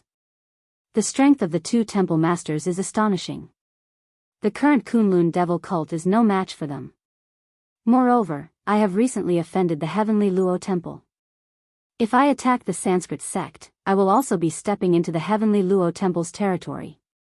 Whether I win or lose, the heavenly Luo temple will hit me while I'm down." Mo Tianlin was speechless. Brother Chu is still the same Brother Chu. No matter where he goes, he always attracts hatred. To be able to offend all the top Daoist sects, this was also a kind of ability. However, even though we can't attack them by force, we can still outsmart them. Don't forget, we've been here for thousands of years, and the Sanskrit sect is the outsider. Brother Mo, this plan is a little dangerous, especially for you. But if it succeeds, the Brahmin sect would no longer dare to look down on our lower world sections. Do you dare to do it?" Mo Tianlin laughed and said, "Why wouldn't I dare? Brother Chu, what plan do you have?" Just tell me. Mo Tianlin was not a person who liked to take risks, but he trusted Chu Xiu. At least he knew that Chu Xiu would not harm him, and that was enough. Chu Xiu said in a low voice, "The first step of this plan is very simple. Brother Mo, you've been in Eastern Qi for so many years, you should have a good relationship with some of the forces in Eastern Qi, right? These forces should be dissatisfied with the Sanskrit sect's actions, but no one dared to jump out to oppose it. They were probably still hoping that they could get away with it. Therefore, the first step is to make them despair completely, so that they know that no one will come to help them. At this time, the people from the Subodhi Monastery and the Great Light Temple have been integrated into the Heavenly Luo Temple, and their treatment is comparable to that of a core disciple. They are all people from the lower bound. Think of a way to leak this news to the martial arts forces in Eastern Qi, and then let them join forces to ask for help from these two people. Su Yun and Rama should not refuse, but the Heavenly Luo Temple will. This can be said to be a huge blow to the forces in Eastern Qi. I believe that after this, they should understand that luck is useless. At least in the territory of Eastern Qi, no one can help them." Mo Tianlin said, "What if the people from the Heavenly Luo Temple agree to it?" Chu Xiu spread out his hands and said, "Isn't it better if they agree? The Heavenly Luo Temple and the Sanskrit sect are fighting each other. Anyway, both of them have a grudge against me, so it's better for them to die together. As for the martial arts world in Eastern Qi, once these two sects are fighting, they naturally won't have time to care about you, so your crisis will naturally be resolved. Anyway, no matter what choice you make, you will not lose out. You just need to follow the first step of my plan. I will inform you of the next step later." As he said this, Chu Xiu turned his gaze to Luo Feiheng and said, "By the way, lend your dragon scale armor to Brother Mo for a period of time. Although he is secretly trying to sow discord in Eastern Qi, if someone in Eastern Qi secretly contacts the Sanskrit sect, Brother Mo will easily be in danger. With the dragon scale armor, at least martial immortals will not be able to hurt Brother Mo immediately." Luo Feiheng had been friends with Mo Tianlin for many years. Hearing this, he immediately threw the dragon scale armor to him and mumbled, "Be careful, don't die. After the matter is done, come and have a drink with us." Mo Tianlin took the dragon scale armor and chuckled. He said, "Don't look down on me. If I can't even handle such a small matter, then I have been the family head for so many years for nothing." Although Mo Tianlin's achievements were nothing compared to the Kunlun devil cult, as the family head of the Mo family, he was definitely not a mediocre person. Ever since he took over the Mo family, Mo Tianlin swept away the rigid rules of the Mo family, got rid of the abuses, and nurtured new forces. In just a few years, the Mo family had been reborn. Previously, the Mo family was at the bottom of the 9 great clans. However, after Mo Tianlin took over the position of the family head, the Mo family was already in the lower middle class. In another 2 generations, it was not impossible for the Mo family to become the upper class. After returning to the Mo family, Mo Tianlin used his son's 1-month birthday as an excuse to send invitations to all the major forces in Eastern Qi. Although Luo Feiheng ridiculed Mo Tianlin's plan to expand his family, it was indeed very effective. Over the years, he had more than a dozen children, and any one of them could be randomly picked out as an excuse to celebrate his 1-month birthday. Moreover, unlike Chu Xiu, who attracted hatred, Mo Tianlin had a gentle personality, and no one could find fault with him. He had a good reputation in Eastern Qi. Although most of the martial arts forces in Eastern Qi thought that Mo Tianlin was making a big fuss about his son's 1-month birthday, they still came to show respect to Mo Tianlin. For example, the Ying family of Xiangshui, a martial immortal like the patriarch of the Ying family would naturally not come, but they still sending Bailu. At the gate of the Mo family, Mo Tianlin personally stood at the gate to welcome them. "I am very grateful that Taoist Ling Yunzi has come personally. Please come in, come in. I heard that the son of Patriarch Chen is going to be engaged to the eldest daughter of the Shengguan family. Congratulations, when the time comes, our Mo family will definitely prepare a big gift. Brother Ying, long time no see, your cultivation has improved again. After welcoming everyone into the living room, Mo Tianlin waved his hand and directly ordered his subordinates to close the door. Everyone present was stunned, and they did not know what Mo Tianlin meant. Moreover, it did not seem like Mo Tianlin was going to celebrate his son's 1-month birthday today. There was no banquet in the living room, and there were no performing dancers or servants. Mo Tianlin stood up and bowed to everyone present. Everyone should have guessed that I didn't call all of you here today to celebrate my son's full moon. There are some things I need to discuss with all of you. I believe everyone has heard about the Sanskrit's actions. They are extremely overbearing, and they do not follow any rules. Apart from sect leader Lu of the real martial sect, who has not been threatened by the Sanskrit, who has not been blocked and threatened by the Sanskrit. Although Ning Xuanji did not return to the real martial sect, his appearance in the mortal world was still a deterrent. No matter how overbearing the Sanskrit was, they would not dare to be overbearing to the real martial sect. Therefore, although the Sanskrit did not explicitly say that the real martial sect did not have to hand over their disciples, they were not blocked and threatened like other sections. Lu Chenglu quickly said, "Everyone, although the Sanskrit sect did not threaten the true martial arts sect, the true martial arts sect is also dissatisfied with their overbearing actions. Although the real martial sect was not threatened, everyone present was a victim." Lu Chenglu dared not show off after getting the upper hand. The patriarch of the Chen family, one of the 9 great clans, said helplessly, "What can we do even if the Sanskrit is overbearing? Who asked him to be so strong? I have asked around. The Sanskrit is the top sect among the Daoist sections. The Sanskrit sect leader is a peak martial immortal of the 9th heaven. Even if we are dissatisfied, what can we do?" Mo Tianlin shook his head and said, "Everyone, if you think like that, then you're too pessimistic. Do we cultivate the martial Tao just to be slaughtered by others? So what if the Sanskrit is powerful? The Sanskrit is not the most powerful sect in the world."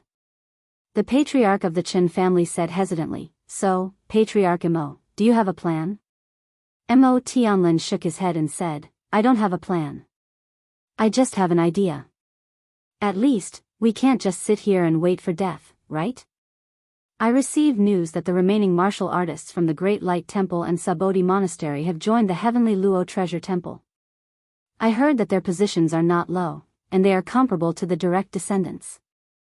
We and the Buddhist sect are martial artists from the lower realm. They can't just ignore us when we are in danger, can they?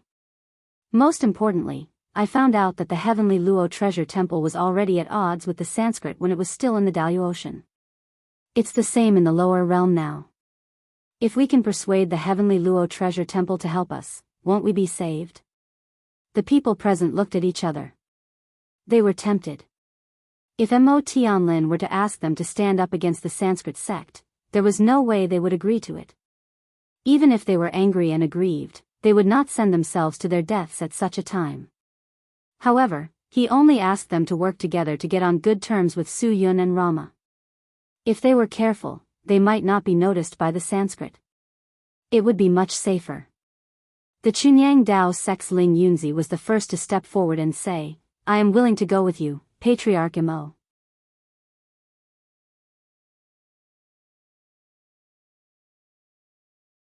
Chapter 1388. Ever since the Daoist descended to the lower realm, Ling Yunzi felt that he had been living a miserable life. Even the Chunyang Dao sect felt miserable.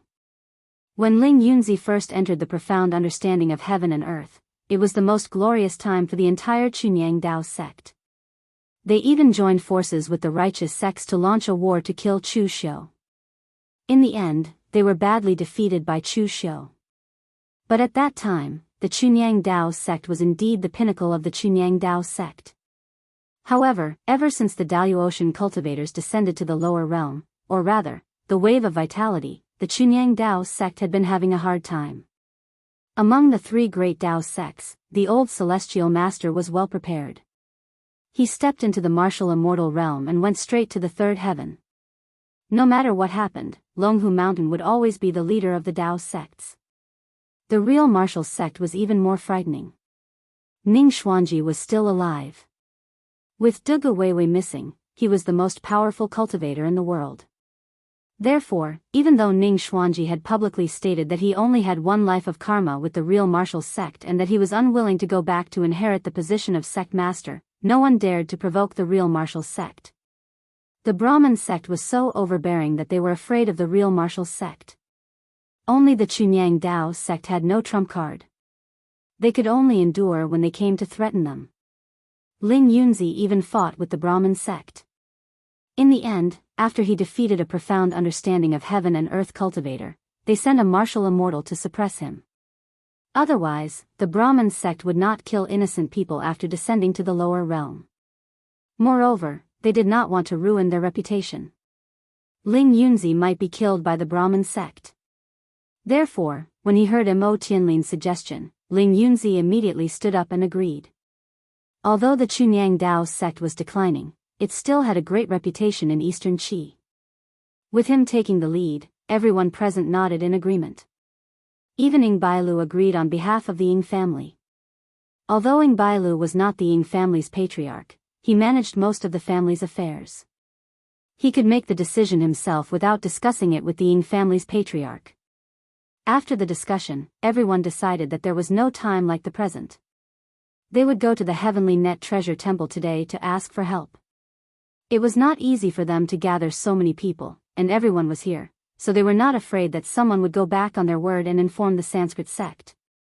In the Tianluo Treasure Temple, Rama and Su Yun were surprised when they heard that someone was looking for them. Over the years, the Temple of Great Light and the Sabodhi Monastery had split up and hid in the Jianghu.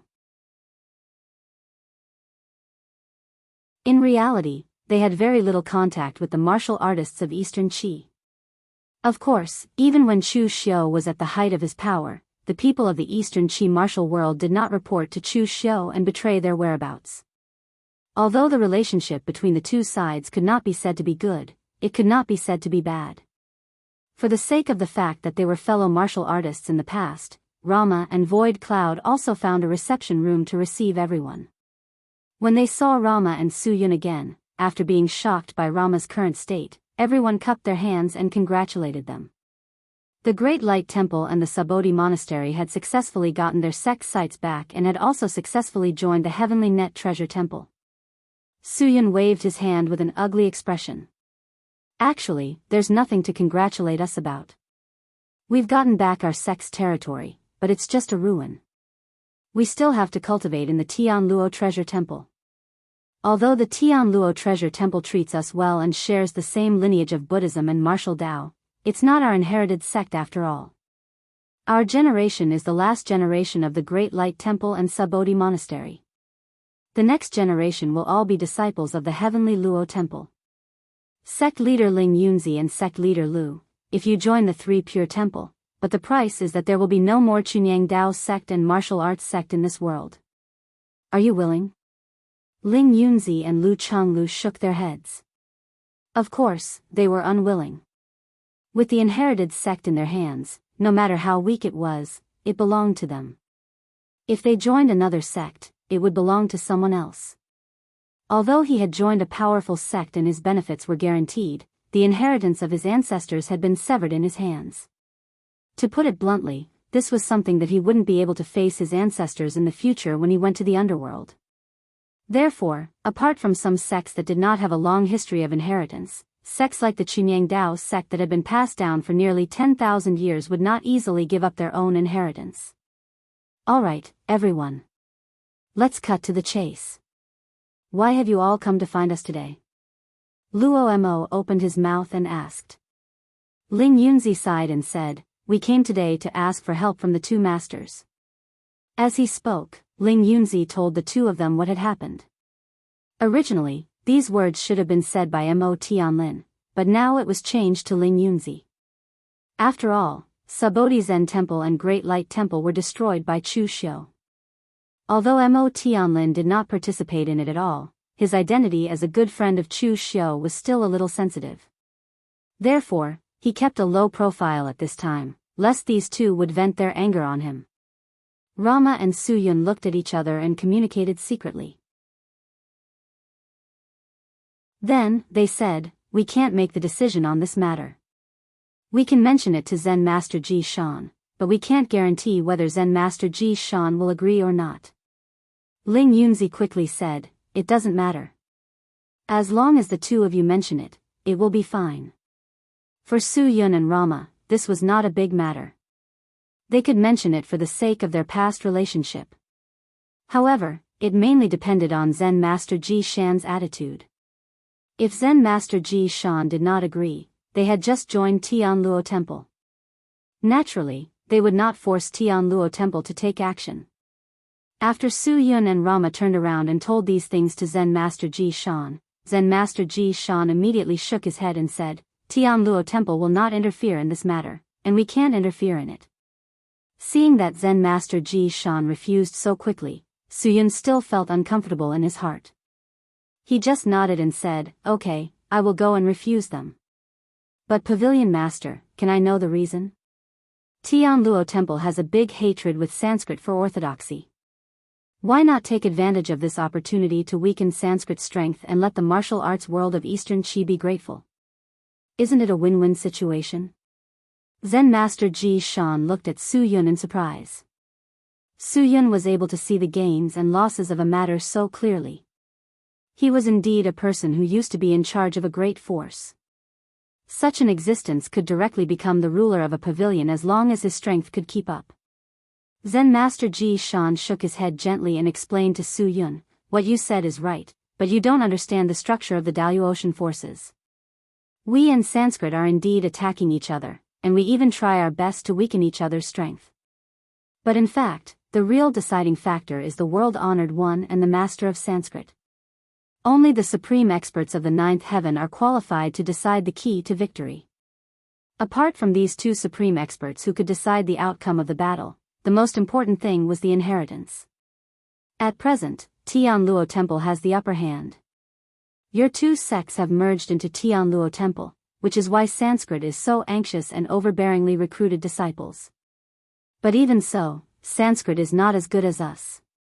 Thus, if we were to interfere with Sanskrit's matters at a time like this, there would only be one result: we would drive Sanskrit completely insane. At that time, I would not be surprised at what those lunatics from Sanskrit would do. My Tianluo Temple is not afraid, but I am afraid that something would happen to you all. Unless you are willing to cultivate in the Tianluo Temple until martial immortal before coming out.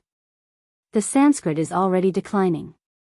We will not be able to eliminate them in this generation. But when you all grow up, you will be able to see an opportunity.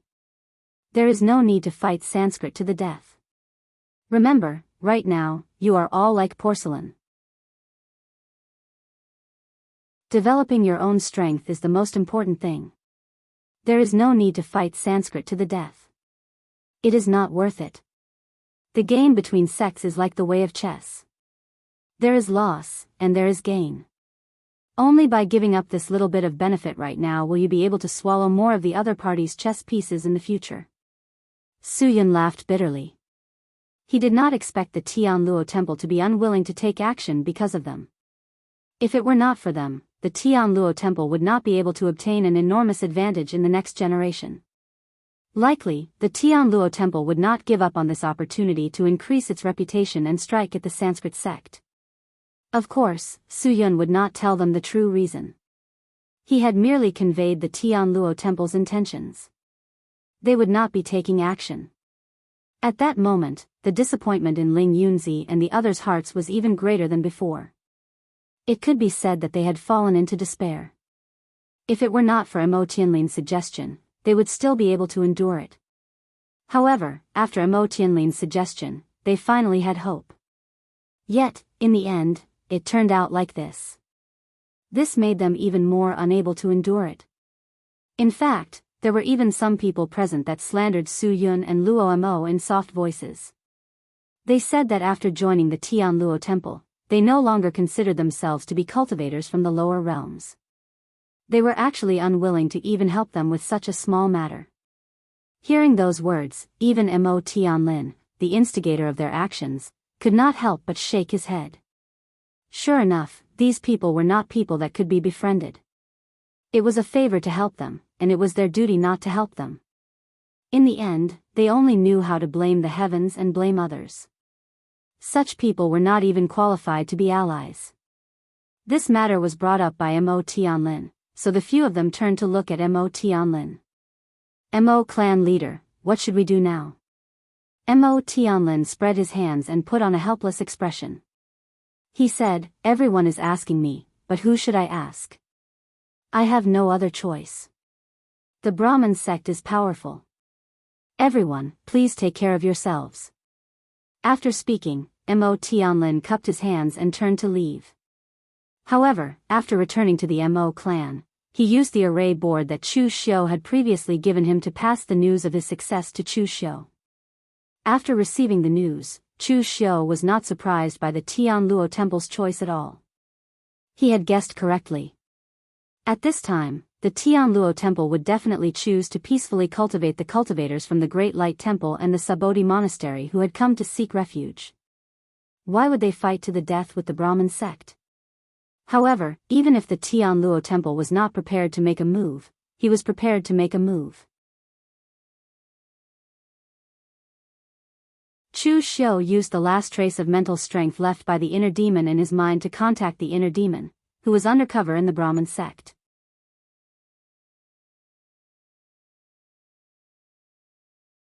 Chapter 1389. Even though inner demon had remolded his body and became a real person, he still left a trace of his psyche in Chu Xiu's mind, so Chu Xiu could still contact inner demon. But this method would cause a tremor in his psyche, and it would consume a lot of his psyche. Now that inner demon was the palace master of the illusionary sky palace, if he used up too much of his psyche too often, it would raise suspicion. So as long as there were no special circumstances in the Sanskrit, he would not contact Chu Xiu. Chu Xiu was the same. After his psyche connected to inner demon, Chu Xiu asked, how does it feel to be human? Inner demon's happy voice came through his psyche, not bad. The emotions and desires of humans are very interesting.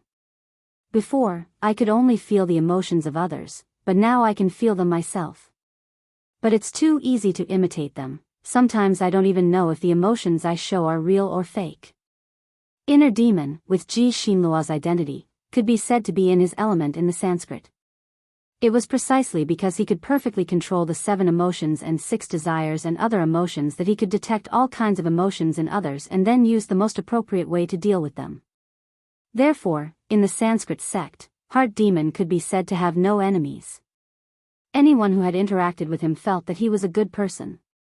Even Yama, who had an abnormal personality, was full of praise for Heart Demon. Of course, because he imitated too many things, his emotions were a little fake. Sometimes, he couldn't tell if he was faking it or really feeling the emotions. Cult Master Chu, you wouldn't contact me if there was nothing important. Tell me, what are you going to do? Are you going to attack the Sanskrit? Chu Xiu said, I'm not that arrogant. I'm just using some tricks to plot against the Sanskrit and get some benefits for myself. How's your position in the Sanskrit? Can you influence Ranaga and Yama's decision? Inner demon said, Yama is fine. Ranaga is more mature, it'll be difficult to influence him. Chu Xiu said, alright, I only have one mission for you now, and that is to encourage Yama to cause trouble in the Eastern Qi Imperial Court and force the Eastern Qi Imperial Court to demand martial artists. The more, the better. Inner demon guessed what Chu Xiu was thinking. Are you going to make the Sanskrit the target of the entire West Chu? After all, the heart demon had stayed in Chu Xiu's mind for a long time. When it came to understanding Chu Xiu, he could be considered to be the type that understood Chu Xiu very well. Chu Xiu said, I'm just adding fuel to the fire. The Sanskrit are used to being domineering in the Daoist Ocean, but they've forgotten that the situation in the lower realm is more complicated than that of the Daoist Ocean. In the western regions, they only need to face the Sanskrit alone, but in the lower realm, it's different. Even if I don't do anything, the Sanskrit will sooner or later incur the wrath of the heavens and the people if they insist on doing this. Inner demon smiled. Understood, I'm good at this kind of thing. I promise I'll take care of it for you. With that, the two of them cut off the connection. Shaking his head, Inner demon got up and headed towards the Shiva temple. In the eyes of the majority of the Sanskrit warriors, even the warriors of the Shiva palace, Yama was considered to be a mentally unstable person. He was irritable and easily angered, especially when he was in a state of battle. He would easily lose his mind, even more so than the Sanskrit master. At least the Sanskrit master had a kind side that could pull him back at a critical moment. But if Yama fell into such a state of madness, it was basically impossible to pull him back. Therefore, most of the Brahmin sect martial artists always kept a respectful distance from the Yama sect. They respected his strength but didn't want to have too much contact with him. Only an existence like the heart demon, who could understand emotions, could win Yama's favor. Every word she said went straight to the bottom of his heart, making him feel very comfortable. He didn't even get angry once. Therefore, even if Inner Demon wasn't from the Shiva temple, he was more like Yama's confidant than the martial artists from the Shiva temple. Opening the door of the Shiva temple, Inner Demon said with a smile, "Temple Master, I heard that the martial arts forces in Eastern Qi have taken the initiative to send people over?" Yama snorted and said, "Those people in the lower realm are not strong, but they are very cunning. If we don't force them, will they take the initiative to hand over the people? But I have seen those disciples. The number is okay, but the quality is too poor. They can't be compared to the disciples from Tianluo Temple. I think those fellows must be scheming again, keeping all the talented disciples and throwing the mediocre ones to our Sanskrit." Inner Demon shook his head and said, "Temple Master, please calm down. Those who have joined Tianluo Temple are famous in the lower realm, the Great Light Temple and Sabodhi Monastery. They naturally can't compare. But I know a place where we can find disciples who are on par with them." "Where?" "Eastern Qi Imperial Court." Yama's eyes showed a hint of doubt. Imperial Court? The Daoist didn't have the concept of Imperial Court, so Yama had heard of Eastern Qi Imperial Court but didn't know much about it. Inner Demon nodded and said, "It's the Eastern Qi Imperial Court. Temple Master, you can think of Eastern Qi Imperial Court as a large sect. Although it's not strong enough, it has a large number of people and can manage the whole Eastern Qi. With such a large territory in hand, there must be many martial artists in Eastern Qi Imperial Court who meet our requirements. So we just need to go to Eastern Qi Imperial Court and ask them to hand over a certain number of martial artists. Maybe the quality of the martial artists will be better than those in the pugilistic world." Yen Mo had never doubted the existence of the heart demon. Moreover, his impression of the cultivators in the mortal world was that they were just like ants. Why would he care about the feelings of ants? So Yama didn't even think about it and directly led the people from Shiva Temple to Eastern Qi Imperial Court. At this time, Inner Demon suddenly said, "Temple Master, do you need to talk to Temple Master Ranaga?" Yama snorted and said, "He's just the Temple Master of Brahma Temple, not the leader of Sanskrit. There's no need to tell him everything, let's go directly." There were disputes in the three temples of Sanskrit, but Yama had not liked Ranaga for a day or two. Part of it was because of his personality, but also because Sanskrit's leader had handed over the control of Sanskrit to Ranaga this time, which made Yama unhappy. Inner Demon's lips curled into a faint smile as she followed behind Rama to Eastern Qi. A few days later, in Daliang city of Eastern Qi. When the martial artists of Eastern Qi heard that the people from Sanskrit were coming, they all panicked. It could be said that even when Chu Xiu had come to the Eastern Qi court, they had not been so flustered. Because before, whether it was the pugilistic world forces of Eastern Qi or Chu Xiu, they were not outside the scope of the pugilistic world. Now that they were facing Sanskrit, the martial artists that they could control had long surpassed the pugilistic world. So now Eastern Qi was nervous and fearful. In the palace hall of Eastern Qi, whether it was the royal family, the military or other martial artists of Eastern Qi Imperial Court, they had all gathered, ready to welcome the people of Sanskrit. Lu Haocheng sat on the dragon throne. He was already so old that he could barely open his eyes. But even at this point, he had not abdicated the throne, and every year, he still had a dozen concubines in his harem. Of course, he was powerless now. He could only watch and not touch. In the future, he didn't know who would benefit from it. When Yama and other martial artists of Sanskrit entered the hall and saw Lu Haocheng sitting on the dragon throne, Yama couldn't help frowning and said, "Your imperial court is really interesting. You actually put a dying guy on the main seat. TSK, he is not even a real pellet state, yet you let an ant give orders above your head. What are you thinking?" Yama's words were purely out of curiosity, but all the martial artists of Eastern Qi changed their expressions. In their ears, it was like ridicule. Lu Haocheng even coughed violently. In the Eastern Qi imperial family's worship hall, an old man of the royal family stood up and said in a deep voice, "Master, you are a powerhouse of the martial immortal realm. Even if you want to destroy Eastern Qi, it is easy. Why do you have to humiliate us like this?" Yama snorted coldly and said, "Who has the time to come and humiliate you? I'm just here to tell you one thing. I heard that your Eastern Qi imperial court is very big. Well, select 1,000 martial artists with qualified talent and potential and send them to Sanskrit. Remember, they must have superior talent and potential. They can't be worse than the martial artists of Great Light Temple and Subodhi Temple." Upon hearing this, the entire Eastern Qi imperial court's face turned green. Where could they find so many martial artists with talent and potential? They even wanted to compare with Great Light Temple and Subodhi Temple. This was simply a joke. Although these two sects had been destroyed by Chu Xiu once, the disciples that were still alive had all been selected through great waves of elimination, and none of them were ordinary people. If they had 1,000 such martial artists, they would have suppressed the Eastern Qi martial arts world long ago. LV Haocheng forced himself to sit up straight. Coughing, he said in a muffled voice, I, Eastern Qi, am willing to cooperate with you, but these conditions are too harsh. Forgive me for being unable to comply." Ridiculous. Yama snorted coldly, and a majestic aura suddenly spread out. Everyone present suddenly had a feeling that they were only one step away from death. "This is not a discussion, but an order.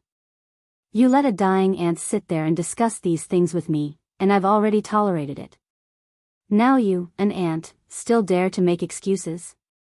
Do you want to die too slowly? 1 month, I'll only give you 1 month's time. After 1 month, I want to see you at the gate of Sanskrit." After that, Yama waved his hand and left directly with his people, not giving the people of Eastern Qi a chance to explain.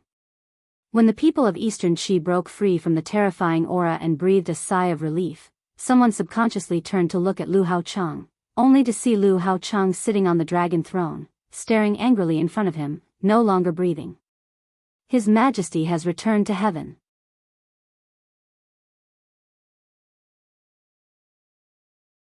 Chapter 1390.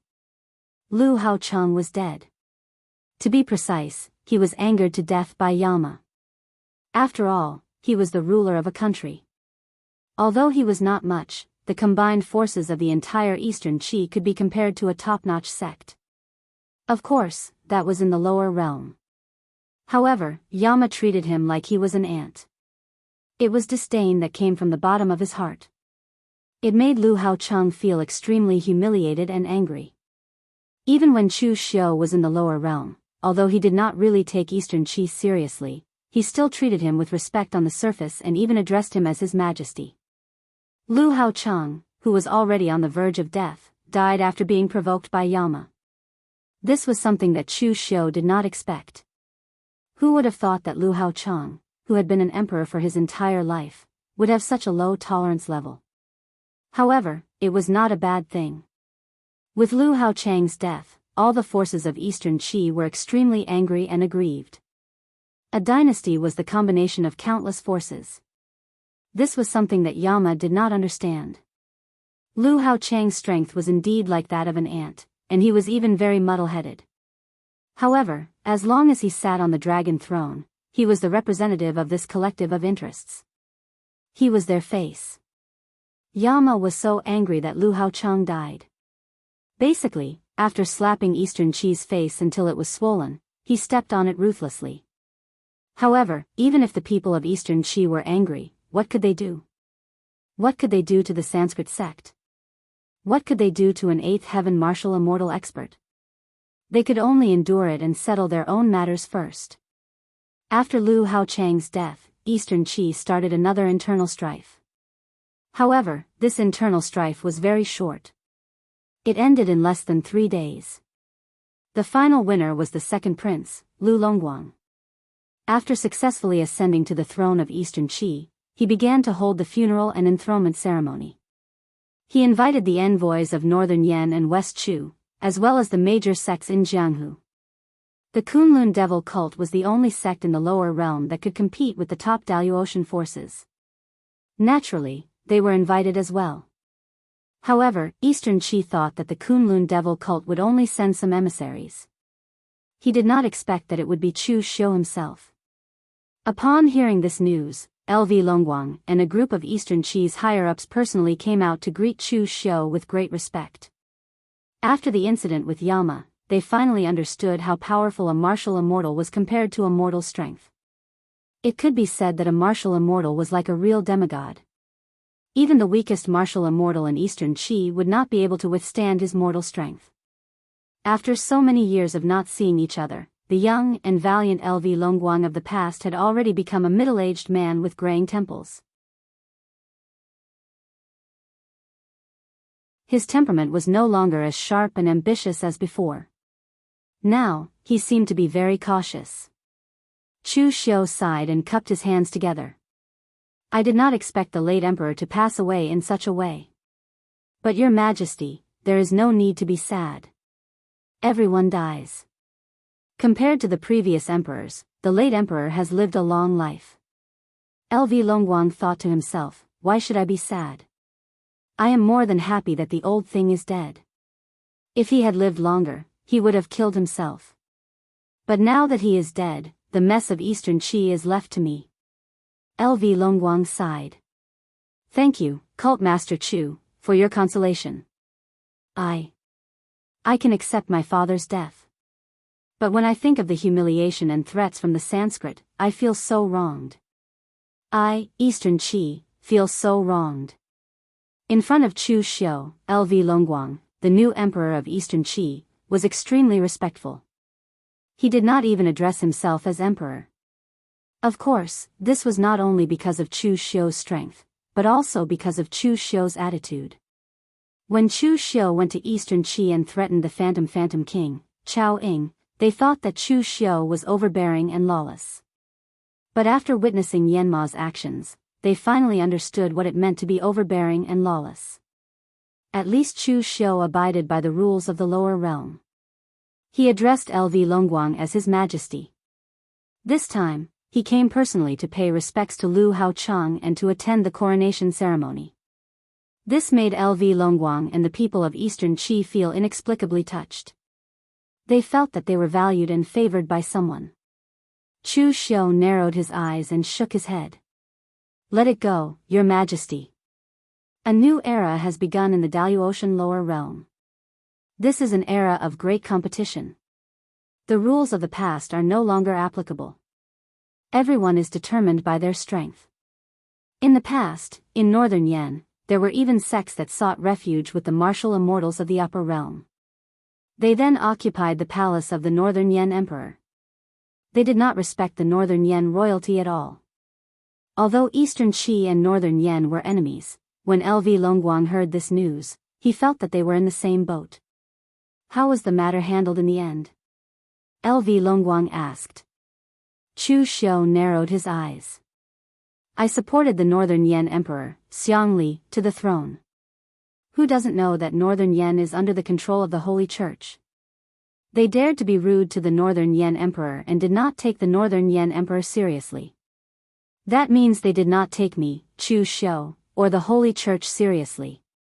In the end, I threw the guy who sought refuge with Gu Zun to my men. He should be dead by now. I also drove Gu Zun out of Northern Yan.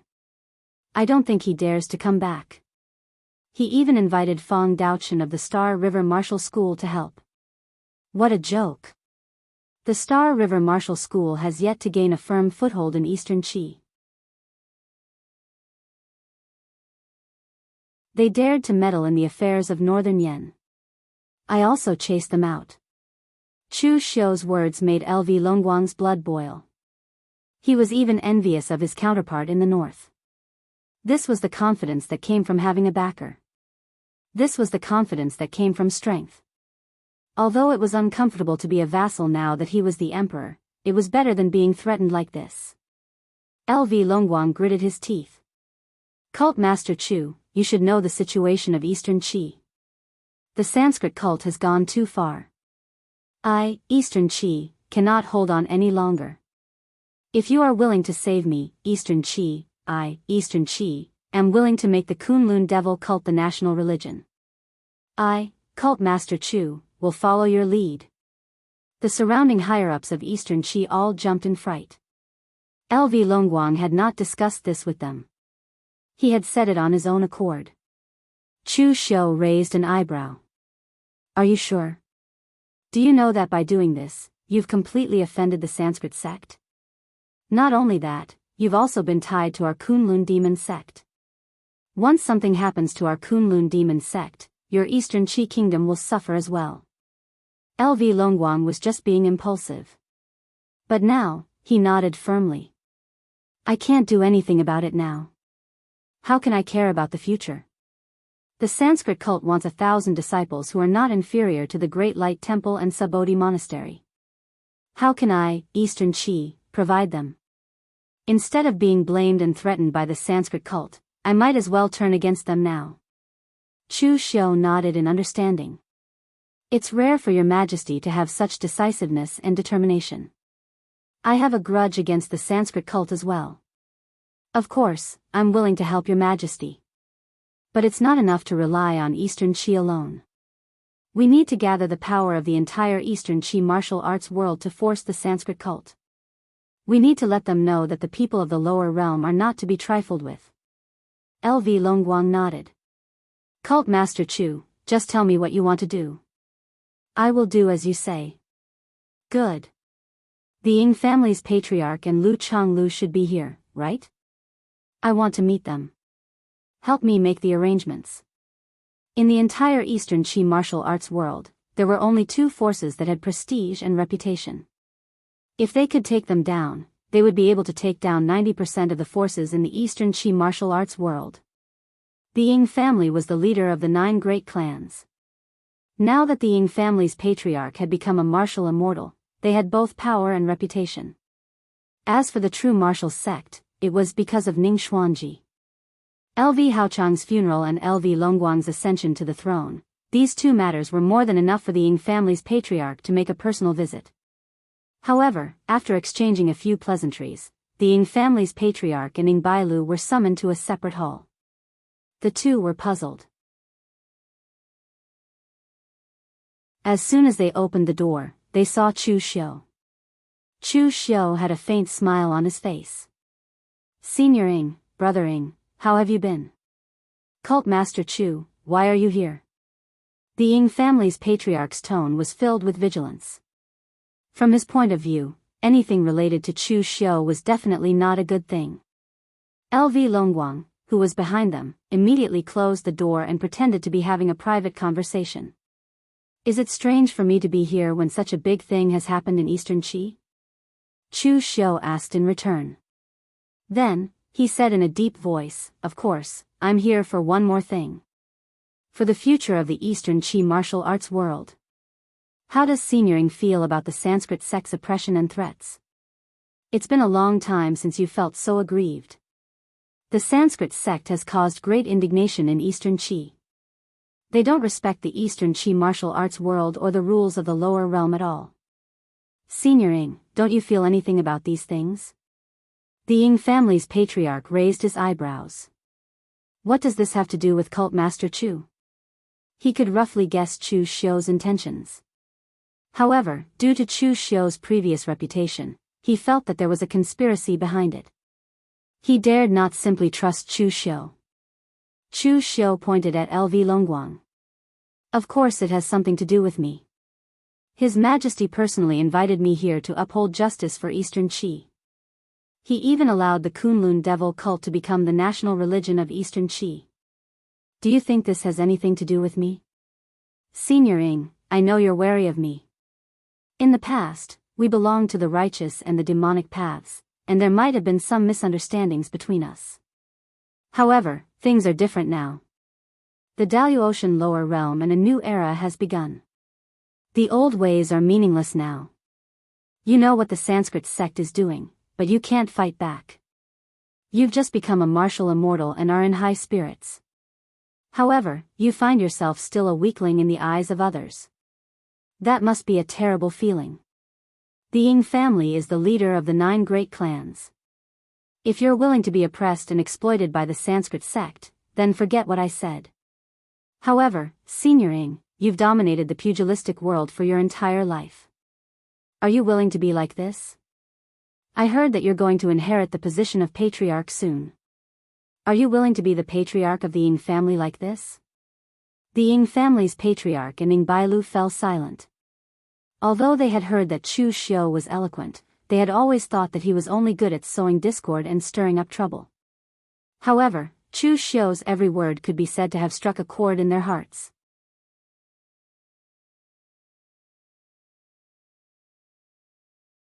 Chapter 1391. Be it the Ying family's patriarch or Ying Bailu, they were not the kind of people who would allow themselves to be trampled upon by others. Otherwise, they would not have agreed to Mo Tianlin's proposal to look for Rama and Shuyun. They had already experienced despair that time. Now that they saw that Chu Xiu wanted to help, even though they were on opposing sides, they could not help but be tempted. Cult Master Chu, how confident are you? Chu Xiu pointed at himself and said, after all, I'm an outsider in Eastern Qi. If I'm alone, I only have a 50% chance. If the Eastern Qi martial world does not plan to resist, I, an outsider, will not be able to turn the situation around. However, if the Eastern Qi martial world works together, I have full confidence that the Sanskrit sect will not dare to make a move against us. The Ying family's patriarch slammed the table and shouted, good. This time, I will join hands with Cult Master Chu. I hope that Cult Master Chu will not disappoint. Those who have worked with me, Chu Xiu, have never been disappointed. Chu Xiu gave LV Longguang a look. After a while, LV Longguang went out and brought Lu Changlu in. Seeing that Chu Xiu and the Ying family's patriarch were here, Lu Changlu was stunned. Ying family patriarch, Cult Master Chu, what are you doing here? Don't panic, Sect Master Lu. We are here to discuss the future of the Eastern Qi martial world. Then, Chu Xiu told Lu Changlu what he had told the Ying family's patriarch. Finally, Chu Xiu added, Sect Master Lu, I know that the Sanskrit sect is not targeting you this time. In fact, you can stay out of this. But Sect Leader Lu, do you really want to see the martial arts world of Eastern Qi being oppressed by the Sanskrit sect? Also, in Eastern Qi, the true martial arts sect is the state religion of the Eastern Qi imperial court, but the Sanskrit sect still attacked when they should. Obviously, they don't respect the true martial arts sect at all. How can you tolerate all this? Lu Changlu smiled bitterly and said, so what if I can't bear it? The Sanskrit sect didn't do anything because they were afraid of the patriarch. I wanted to help, but it was useless even if I went to the Sanskrit sect to plead on behalf of the true martial arts sect. By the way, Cult Master Chu, where did the patriarch go with you in the end? Why doesn't he recognize our true martial arts sect? Chu Xiu waved his hand and said mysteriously, Senior Ning, of course, went to pursue his own peak of the Great Way. It's not that he didn't take the martial arts cult seriously, but he was worried that his karma would affect the real martial arts cult. With Senior Ning's current strength, what he is pursuing is something that you can't even imagine. So, it's best if you don't come into contact with him.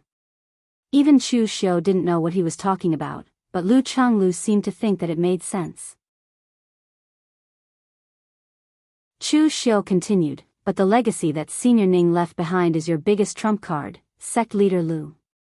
If you don't use it now, it'll be a waste.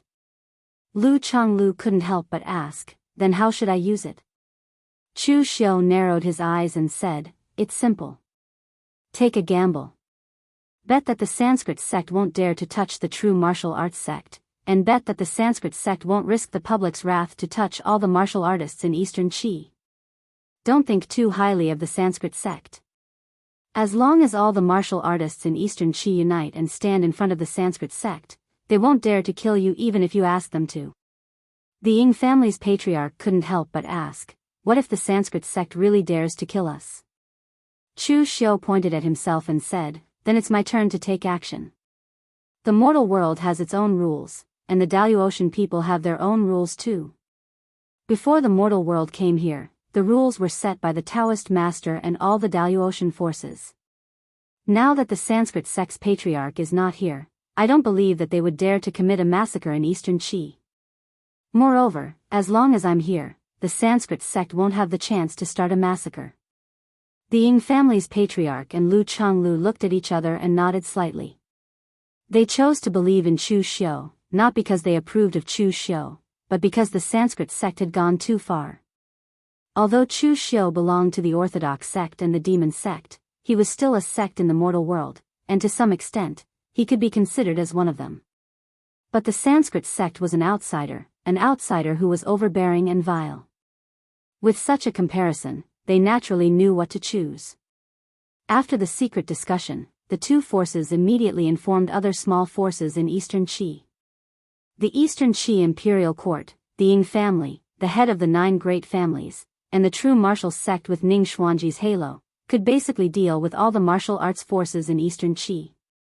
So a month later, all the military forces and elites of the eastern Qi imperial court, as well as all the leaders and elites of the martial arts forces in eastern Qi, had gathered at the gate of the Sanskrit sect. How many people could there be in total? There were already more than 100,000 of them, and they were so dense that they could even surround the entire Sanskrit sect. The gate of the Sanskrit sect was pushed open, and a beautiful woman walked out. She was covered in all kinds of golden ornaments. She was one of the few female martial immortals in the Sanskrit sect, Parva, the palace master of the divine goddess palace of the Shiva temple. According to the agreement, today was the day Eastern Qi and the martial arts forces would send their disciples into the Sanskrit sect. So Yen Mo had specially sent Parva over. Yen Mo knew that he couldn't control his temper, so he had specially sent Parva over.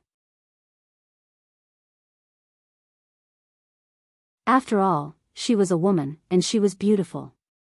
She would definitely make the new disciples of the Sanskrit sect feel more at ease. Although Parva was a woman, she was also a martial immortal. At this time, she had to use her body to welcome these new disciples. She was a little dissatisfied. But when she went out and saw so many martial artists gathered here, Parva immediately frowned. So many of you are here to join the Sanskrit sect? The Ying family's patriarch shook his head and said, of course not. We have painstakingly trained the disciples. Why should they join the Sanskrit sect? Parva's expression changed abruptly. Her beautiful face contorted with a trace of coldness. Most of the martial artists in Shiva temple were battle-hungry lunatics. Even Parva was the same. Upon hearing that, a rhythmic wave rippled around her, and the void rippled under the wave, and the primal chi exploded. How dare you? Then what are you planning to do with such a big battle formation today? Parva looked at the densely packed martial artists and sneered. Do you really think that you can defeat the Sanskrit sect with numbers? No matter how many of you have, in the eyes of the Sanskrit sect, you are just a bunch of ants and pigs that can be killed with a wave of our hand. The Ying family's patriarch said in a deep voice, in the eyes of the Sanskrit sect, we may indeed be ants and pigs, but we will not allow ourselves to be slaughtered. Lu Changlu sighed, and he also stepped forward. We, the Eastern Qi martial artists, know that we are no match for the Sanskrit sect. You can slaughter us, the Eastern Qi martial artists, but we will not yield. How dare you? Parva shouted angrily, but she suddenly didn't know what to say, because she suddenly realized that she really couldn't do anything to the other party. In the past, when they had just arrived in the Daoist world, they could slaughter the Daoist barbarians because they were not of the same race, and in order to survive, they had to kill. But before they came to the lower realm, the many Daoist experts had already decided that although they had been separated from the ancestral land in the lower realm for 10,000 years, they were still of the same race. They could have disputes, but they were not allowed to kill the innocent. In a utilitarian way, martial artists in the lower realm could also become their disciples, and if they killed all of them, it would affect the other sections. Moreover, the Daoist had just come to the lower realm, and in the eyes of these martial artists, the Daoist sects were a whole. It was not a big deal if they killed people, but if they killed people, it would affect the reputation of the entire Daoist world, and everyone would be implicated. For the entire Shiva Palace, although they had been fighting with the Heavenly Treasure Temple all year round, there were 100,000 people in front of them. Even if the people in front of them were weak, they were still living people, and they were carrying 100,000 lives on their shoulders. Not only Parva couldn't bear such a huge karma, but the entire Sanskrit sect couldn't bear it. Moreover, the Sanskrit sect had clearly not threatened the real martial sect, but the real martial sect had joined in. Who would dare to provoke the old Taoist behind them? Even now, when Lu Changlu had killed himself in front of the Sanskrit sect, they had to stop him and let him die further away. Dying in front of the Sanskrit sect would be a big problem. When the Ying family's patriarch and the others saw Parva standing there in a daze, they immediately felt relieved. Although they had listened to Chu Xiu's words and put up such a big fight, they were actually using their own lives to threaten the other party. If the other party really attacked, they could only rely on Chu Xiu. It didn't feel good to rely on others for their lives. Just when Parva was in a dilemma, Yanma also noticed the movement outside, and walked out of the Sanskrit sect. He looked around at the people present, and said coldly, "Forced to abdicate? Rebel? I gave you a chance, but what do you want now? Do you really think that the Sanskrit sect is a bunch of hypocritical bald donkeys who don't dare to kill us?" After saying that, Yanma glared at Parva. Once this woman was on the battlefield, her strength was not bad, but her character was too indecisive, and she was not suitable to handle such a big matter. Everyone had fear in their hearts. It was fine if one person was not afraid of death, but how could 100,000 people not be afraid of death? As long as the few leaders were killed, the others would naturally be afraid of being defeated. He didn't dare to touch Lu Changlu, because the sect leader of the Sanskrit sect had told them about how terrifying the old Taoist was. But for the others, Yanma didn't have such scruples. Yanma looked at the Ying family's patriarch, and the void trembled, and a black destructive force condensed in the air, instantly forming a long blade made of destructive force.